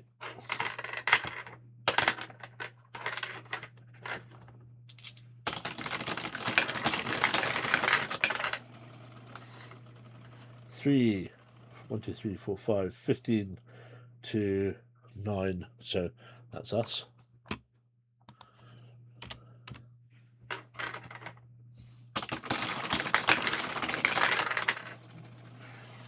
Uh, 18 and 12, 16, and that's ours. So they're down to 0, and they are dead.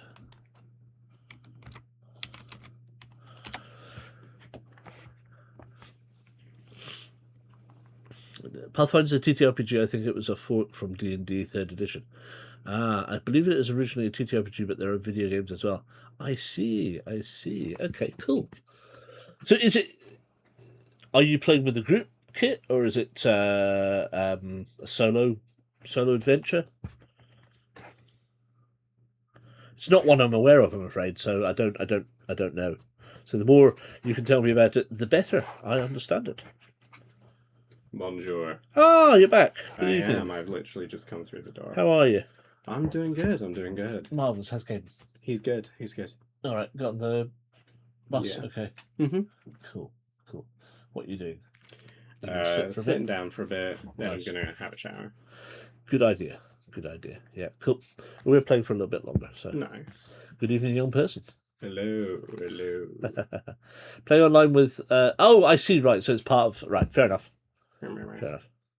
Cool. Thanks, Jay. Ta-ra. Can I get you a drink or anything? I'm fine just now. Thank you very much. Cool. There we go. So, there we go. With the zombie defeated, you face the gracious cooks who are delighted that you've saved them. Be more cautious of what lies ahead, though. They warn you that you cannot rest until the person... you warn... Being more cautious of what lies ahead, though, you warn that they cannot rest until the person responsible has been vanquished for good. Despite that, the cooks try to remain upbeat and insist on giving you some of their freshly made stew. Accepting the gratitude of food, you tuck into this delicious hearty bowl, restoring 4 vitality points if previously wounded. Hooray! So we are back up to 17 points. Afterwards, the cooks wish you good luck for the rest of your adventure, and you depart the kitchen and walk down the corridor once again, turning to 36.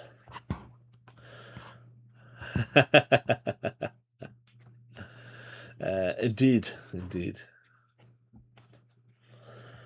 Of course. Do you know, for somebody who took French, he has completely forgotten all of it. It's a campaign called Extinction Curse, where we're trying to solve mysterious goings on in town. Ooh. That sounds interesting. 36. Proceeding along the corridor, you come to another turn and follow the new path. Surprisingly, you are untroubled, as this passageway feels eerily silent. No doubt, though, Catholic has something lined up deeper within the monastery. Turn to 2.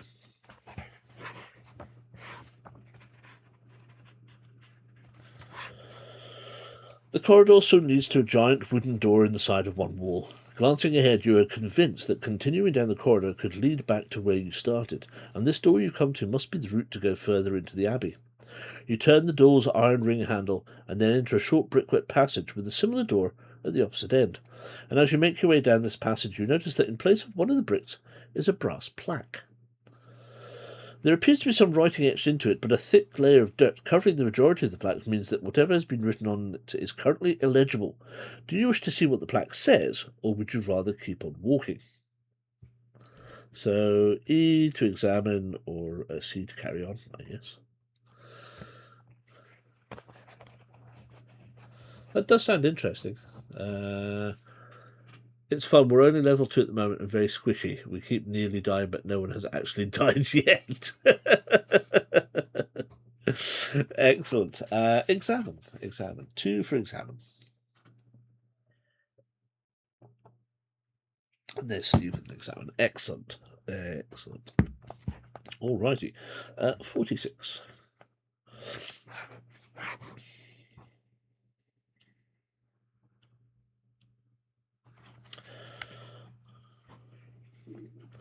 You look at the plaque and brush off the dirt with just one swipe of your hand. The words on the plaque read as follows. Don't go to the end if you don't know the time. Curious as to what it means, you note the sentence before taking a few paces required to get to the end of the passage. Turn to 95. Don't go to the end if you don't know the time.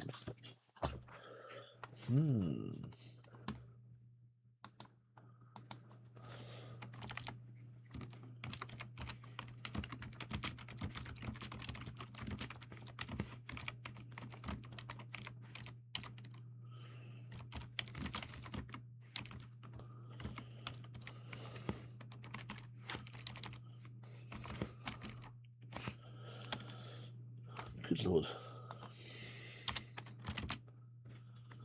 Okay.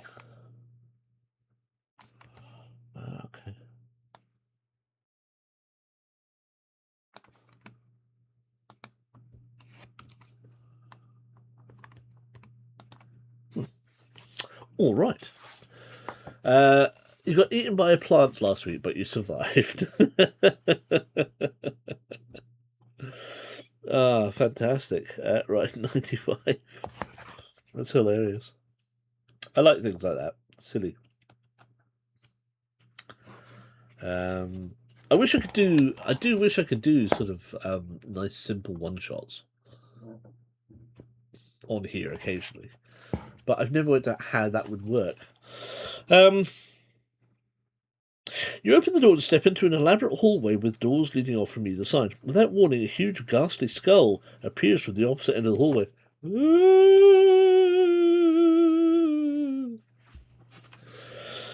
And flies screeching towards you. As the skull continues to advance, instinctively you attempt to duck. Roll 2 dice. What's our physicality? 9. 5. If less than or equal to your physicality, turn to 11.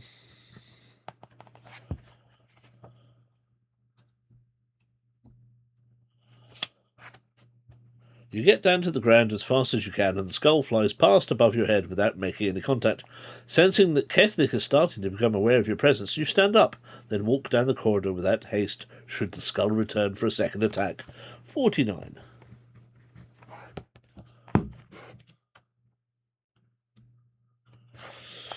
The first door you come to on the left-hand wall is fairly simple-looking compared to some of the others you've previously seen in this monastery. It is small but very sturdy, with a shiny metallic handle that will open it upon being pulled down. Do you wish to investigate what lies beyond this door, or do you decide to ignore it and continue down the corridor? I to investigate, C to carry on. Spooky, scary skulls. Indeed. Bonkers, isn't it? Bonkers. Embarrassing. Oh, Jason was listening to Horrible Histories, Marcus Licinius Crassus earlier on. It's hilariously funny. I've forgotten how good it is.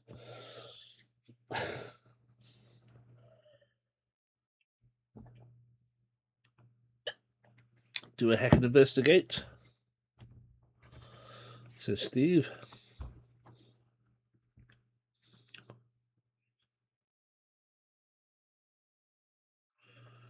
Nathan's backing you up on that one. And Kit's coming in for the 3 for nothing. Excellent. 31. You enter a finely decorated room with colourful paintings and lush tapestries of various sizes adorning its walls. In the centre of the room sits a monk by a table with an empty chair opposite him. The monk's hood covers the whole of his face, so you cannot recognise him, and his hands are also concealed by the length of his tunic. He doesn't appear to acknowledge that you have entered the room either. Do you wish to try to talk to him, or would you rather fight him? T for talk, F for fight.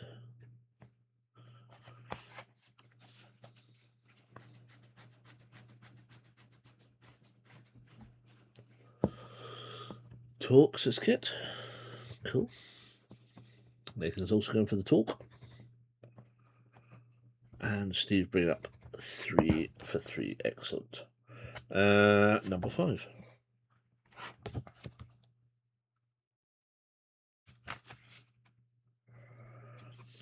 The monk remains silent as you sit to join him at the table.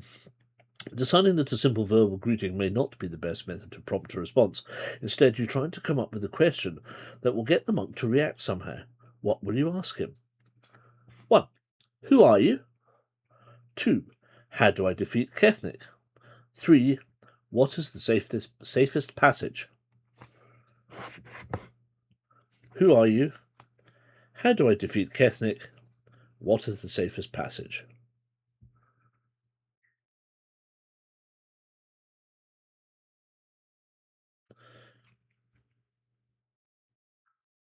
Who are you? How do I defeat Kethnic?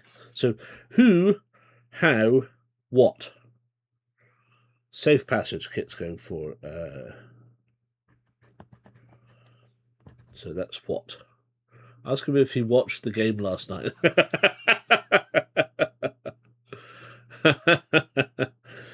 Who, okay. Nathan's going with the what. Okay, so what is the safest passage? 78. Hello, Cookie. Still hunting for moths, are we?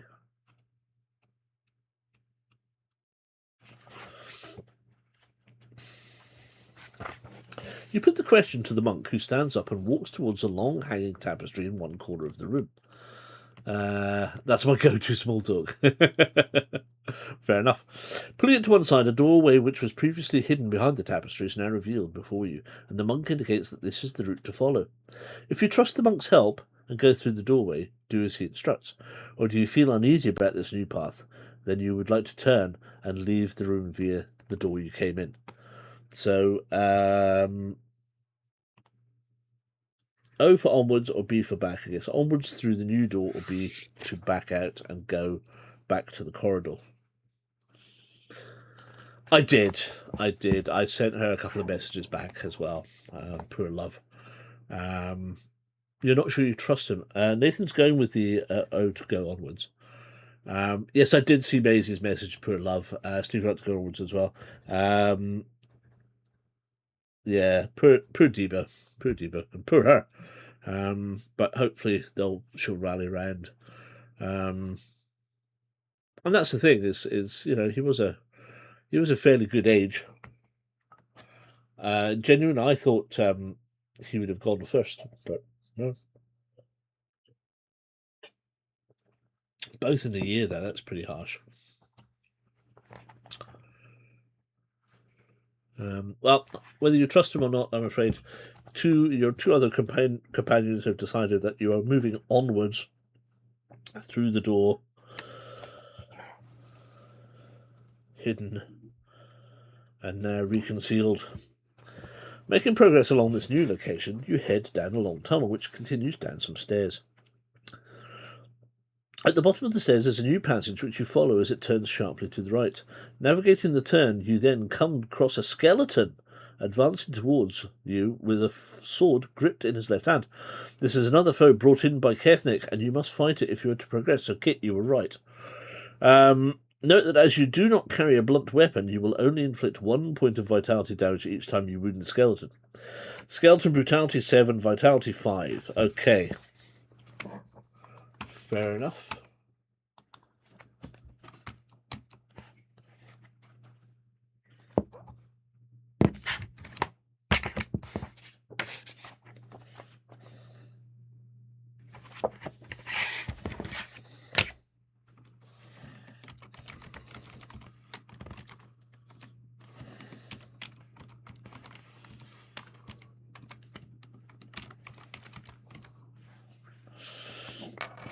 Okay, here we go.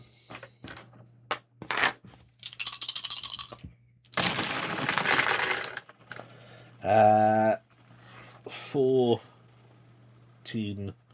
5, 6, 7, and 7 is 14. So that's a draw.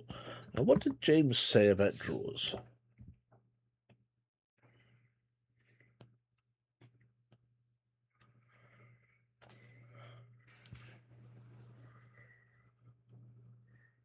Nobody sustains any damage.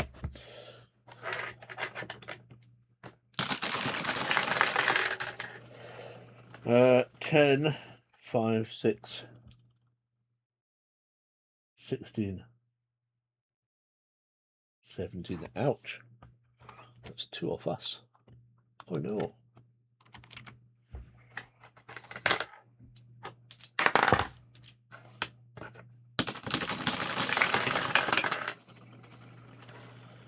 $13, 11, 16. Jesus. Come on, man.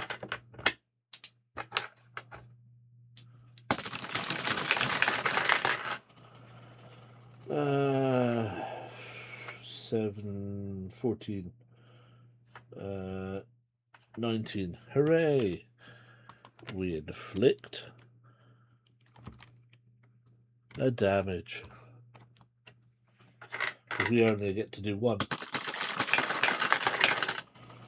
5, 6, 7, 17, 4, 5 is 12.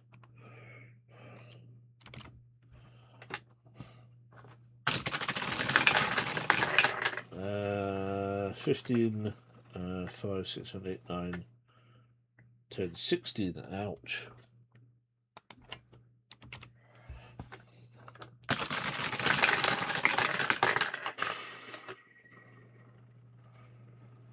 $12, 18, 16.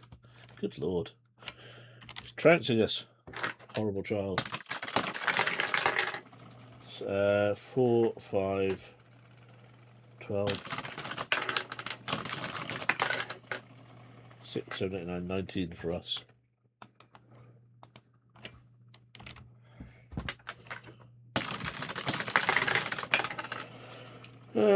Six, 13, 15.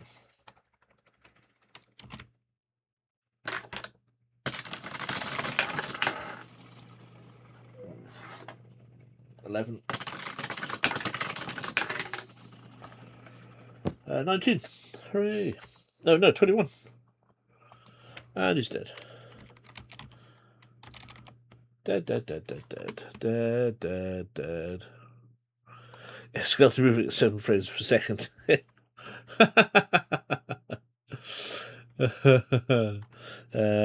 we go.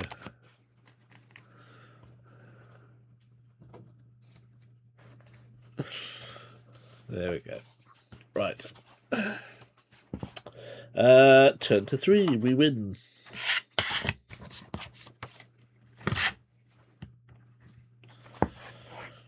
The final blow smashes into the skeleton with some devastating force, which causes it to fall apart and crash all over the floor. What was previously a skeletal creature summoned to do the bidding of Kethnic is now just a strewn heap of bones. Try not to kick any of them as you step past. You then make your way down the rest of the passageway. Turn to 90.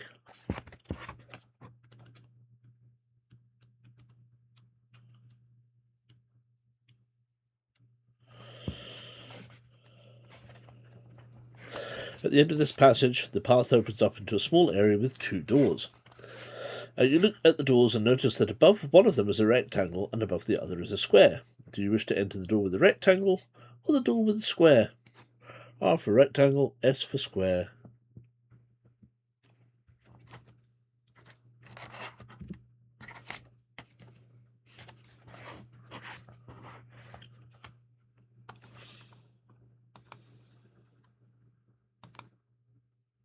Rectangle or square? Rectangle, square.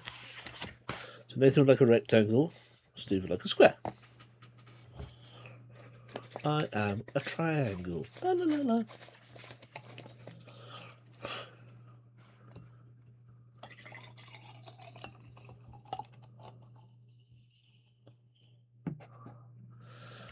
Kit's going square, because of course we all know it's hip to be square. 39.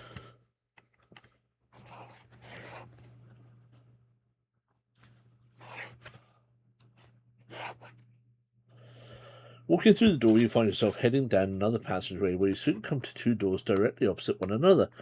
The door on the left has the symbol plus on the front, and the door on the right bears the symbol cross. Do you think that either of these are worth investigating? To go through the door labelled plus, turn to 52. To see what's through the door labelled cross, turn to 73. Or wish to ignore both of them, turn to 94. So it's a plus, a cross, or I to ignore.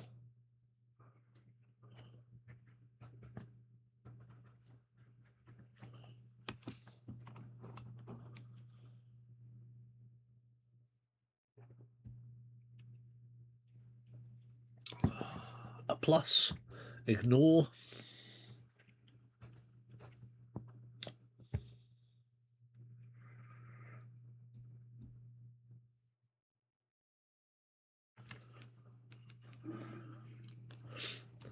Plus. Okay, 2 for plus. Let's see what the plus has to offer us. Where are you? 52. 2, 3, 4, 5, 6, 7, 8, 9, 10, 11, 12, 13, 23. So almost a quarter of the way. 52. As in, probably maybe half the way. That's the number of options. 52. Walking through the door, you go into a room that is reminiscent of a study. A man in a white robe who is busy working at a table glances up upon hearing you enter and gives a scrutinizing look that is none too happy for disturbing whatever he was up to. "Who are you?" he demands. "Speak now, or you'll instantly regret interrupting me during a crucial moment of extremely high importance." A fizzing ball of white light begins to sparkle in his hand. You'll have to think without hesitation if you are to avoid the wrath of the man. Do you wish to say who you are, draw your sword in defiance, or apologise and leave? So S to say, F to fight, L to leave. Me? I'd be talking to the man. Say, yes, exactly. Say, says Nathan. Say what you want. Number 8.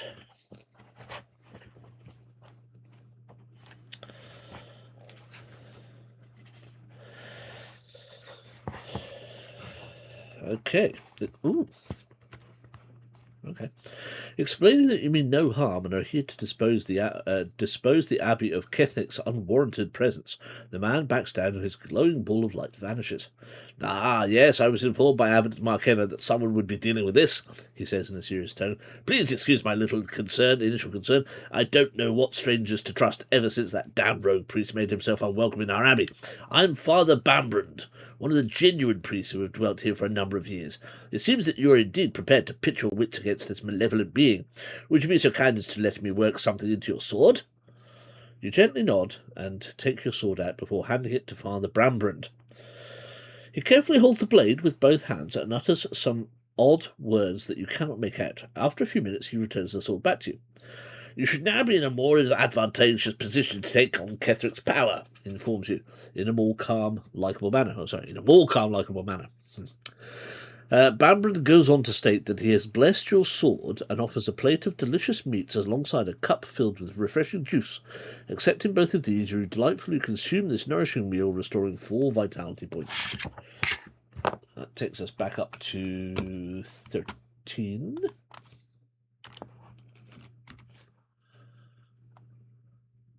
I mean, and also if you wanted, I would say feel free to add one of our own provisions to the mix, taking us back up to 17 if you wish, or if you wish to hold off, please say either way. So E to eat or W to wait.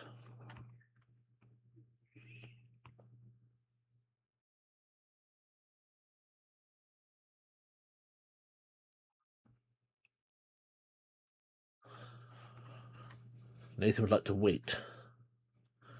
Eat, says Steve. Bear in mind, this is a short story, so I don't know how quickly we will come across the antagonist.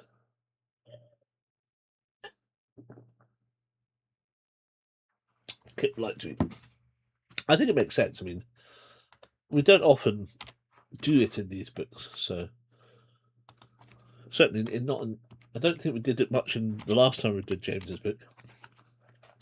There we go. Right, that's fine. Now you must continue directly along this passage, he explains. Good luck, for Kethnick is not much further. Thanking Bambrand for what he has done, you follow his instructions and leave to head via the instructed direction 94. Okay.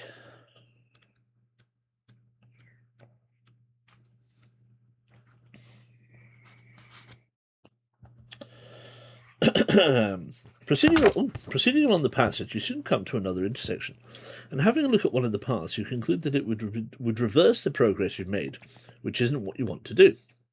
The other path, however, has a door in the distance which you make out to be bigger and grander in appearance than any other you've seen in the monastery. You walk up to the door and place one hand on it, when an eerie sensation flows down from head to feet. Instantly, you sense that the adversary you've been seeking is awaiting you on the other side. Turn to 27. Dun dun dun.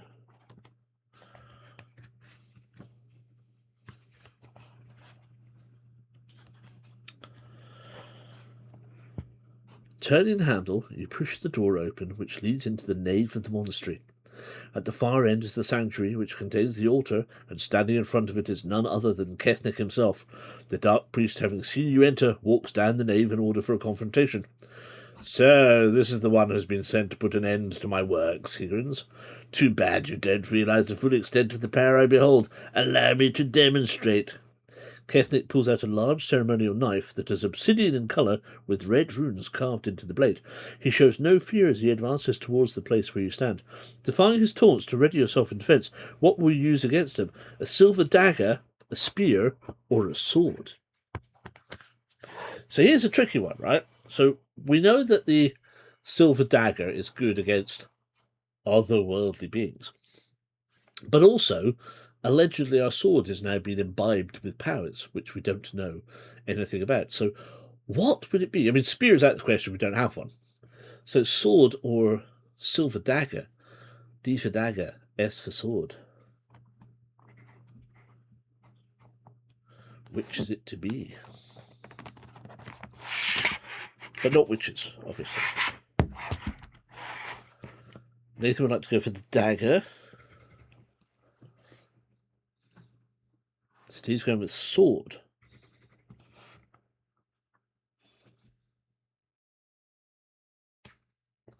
Dagger, since we went to the trouble to pick it.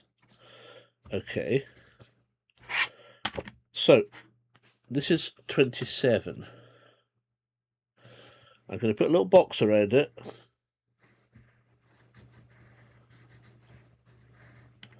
Because if it's not right, you can come back here and choose again. 27, you want to go dagger, 38.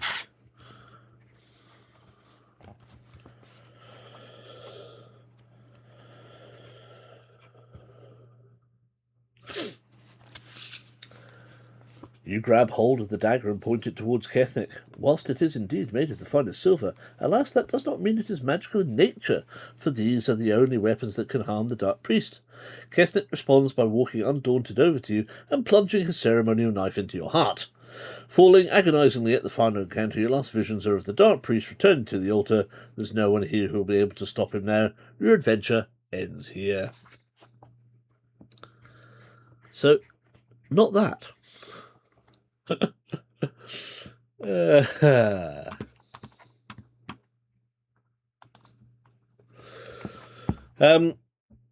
So 27.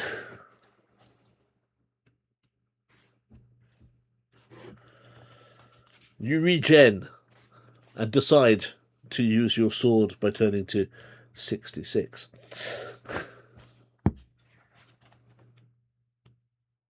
Thank God for that vital stew you had earlier. That was unfortunate. Yes, it was, wasn't it? Has your sword been blessed during this adventure? Yes, it has. 85.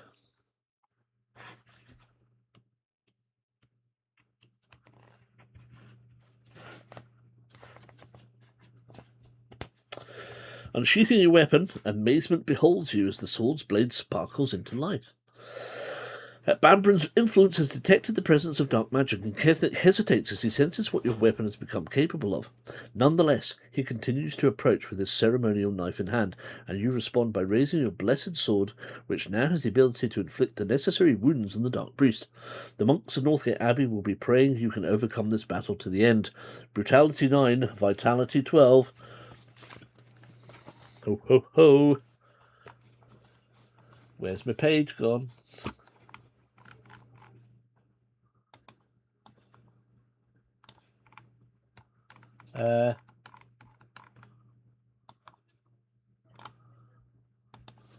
Oh, because my thing was resting on the page.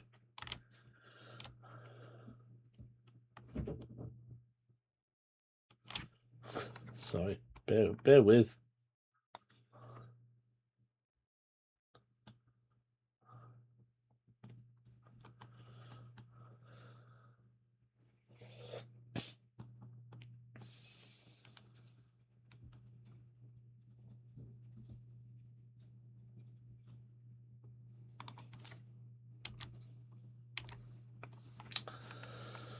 Okay.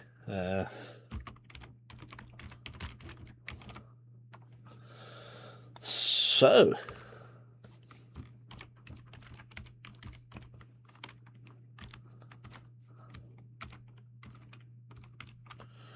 what did we say? Brutality was 12, was it? 9.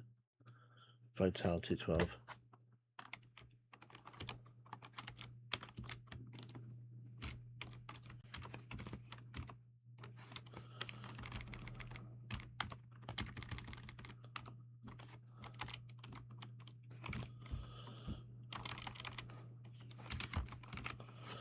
Okay, so there's 1 in it, basically. So we get a +1. Right, let's go for it. 3, 4, 5. 5, 6, 7, 8, 9. Yes, boom, we win that one. Bang. Oops. 2, 3, 4, 5, 6. 4, 9.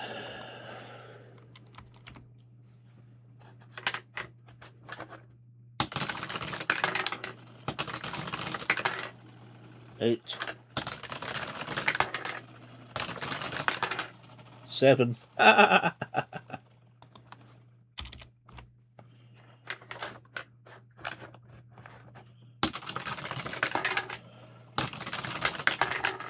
So that was a 2. 6, 7, 8, 9. 1. That's 4. 10 to 6. 5. 6, 7, 8. 2. 4.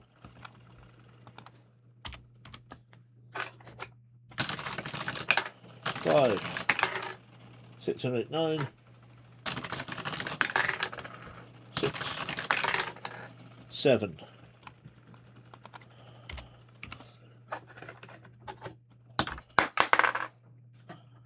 6. 8, 9.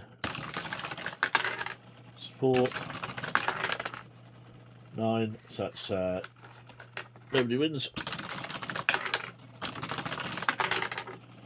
Well, that was a 4, by the way. So it's 8 for us. 6 for him, and he's dead. Dead, dead, dead, dead, dead. Dead, dead, dead, dead, dead. There we are. He dies, he dies, he dies, he dies, he dies. 47.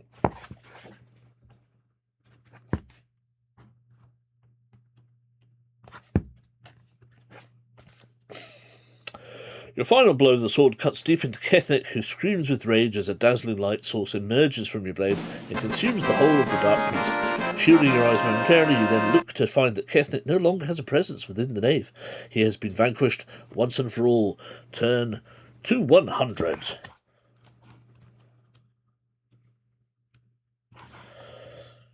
You turn round and find the abbot Markenna, along with other members of the monastery, approaching towards you. They undoubtedly heard Kethnic's screams of defeat from elsewhere and wanted to make certain for themselves that he is no more. Nodding in their direction, you assure them that he is no longer troubling the monastery, or anyone else for that matter, ever again. We cannot thank you enough, says Abbot Markenna, as you walk towards him and the rest of the holy crowd. Next to the abbot stands Brother Oakry, who claps your shoulder in acknowledgement of your victory. You join the monks in a celebratory banquet after any wounds you sustained have been tended to. Staying the night in the monastery, the following morning you go with the monks to Darnston, where the people there learn of what you have accomplished, and you will be guaranteed an even bigger celebration. Congratulations, you have won. Dun dun dun. The end. Da, ba, ba, ba, ba, ba, ba. There we go. That's taken us neatly to just after midnight. Yay for the win. Yay for the win. There we go. Thank you guys. That was good fun. Nice little silly adventure to finish off on. Quite rightly so. I will dig out some books. I will maybe put some recommendations in for what we might want to start on Thursday. we've got a lot. A lot. I've got 4 of Jam's books to do. We've got Ken's To Kill a Thief. We have got Jonathan's 3rd Arkham book, although technically we should go back and do the 2nd book. However, I know that Ken's meant to be starting that this week or next week, so I'll hold off us doing the Innsmouth one for a while. But I would like to go back and do it because we didn't do. I think we did like two sessions and then we stopped. I've got To Kill a Thief. I've got Valiant, which is the new dystopian series that Jonathan has been commissioned to write for Wayland Games. It's part of the dystopian age for War Cradle game books. I've play tested the 2nd one, just finished that and got back to it. It's brilliant. So I bought this. So these should be good fun to do. But what else? We've got Isle of Torment, which we should probably restart and go back to again. What else? Shakespeare versus Cthulhu, What Dreams May Come, as well, of course. Jonathan's latest Ace Games book. Do you have your copy of To Kill a Thief? Yes. Are you still waiting on one, Steve? I know Ken's still sending them out. It's just his post office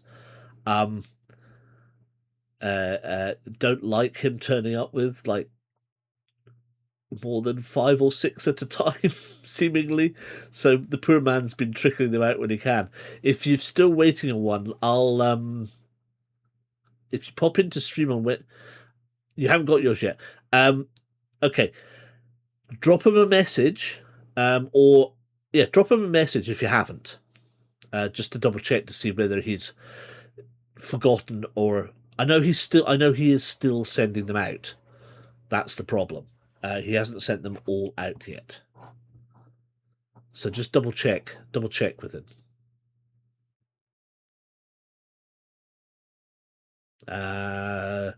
He should be streaming this week. I know he didn't last week because of the football, but they should be doing the last part of book 4 of Sorcery. So the plan was to then go on and do the Innsmouth Insurrection after that. But please do double check with him. Either drop him a message in Edra Tales or speak to him via Twitch, or if you've got him on Facebook, just messenger him. He's normally very good at getting back to people. So I'll dig out some options and I'll put them in the Discord, and people can have a think about it. I'll try and do that tomorrow so that people have got a few days to think about what they might want to play come Thursday. So there we go, fantastic. Genuinely, thank you. That's been a lovely evening. I'm sorry we didn't quite make it all the way to the end of Grim Dickensian. So again, thank you, Joseph, if you're still watching, for getting us all the way to that point. We just weren't quite strong enough. They got the poor Blood Beast got a few decent 6s in, which meant that we lost a lot of health, and they regained all of theirs twice. Grr. But never mind. Apart from that, I think everybody enjoyed it. Felt the final hurdle. Yes, I know, standard. I know. We should have a thing that says, "Oh no, not again," or something like that. Oh, maybe we should have that. A bowl of petunias just going, "Oh no, not again."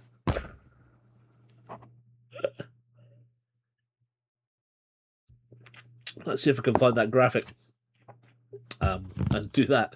That would be funny. Right, okay, on that note, I think I shall get off and let you guys get on. Steve, I know, mate, sorry you're going to be up in like 4 hours. Have a fantastic holiday. Enjoy Canada.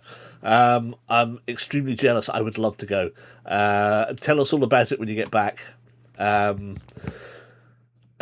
Like England's men's football. Yeah, indeed. Yeah, genuinely. Drop Kenny a message before you go, if you can, or drop him a message whilst you're away. And have a fantastic holiday, and let us know all about it when you get back. And yeah, well, as I say, keep an eye on Discord. I'll put a poll up and see what books you fancy doing moving forward. But beyond that, guys, thank you again. It's been a lovely evening. Really appreciate you turning up as always, and look after yourselves. And we will see you Thursday if you're about. If not, we'll see you soon. Night, guys. Take care, and thank you as always. See you soon.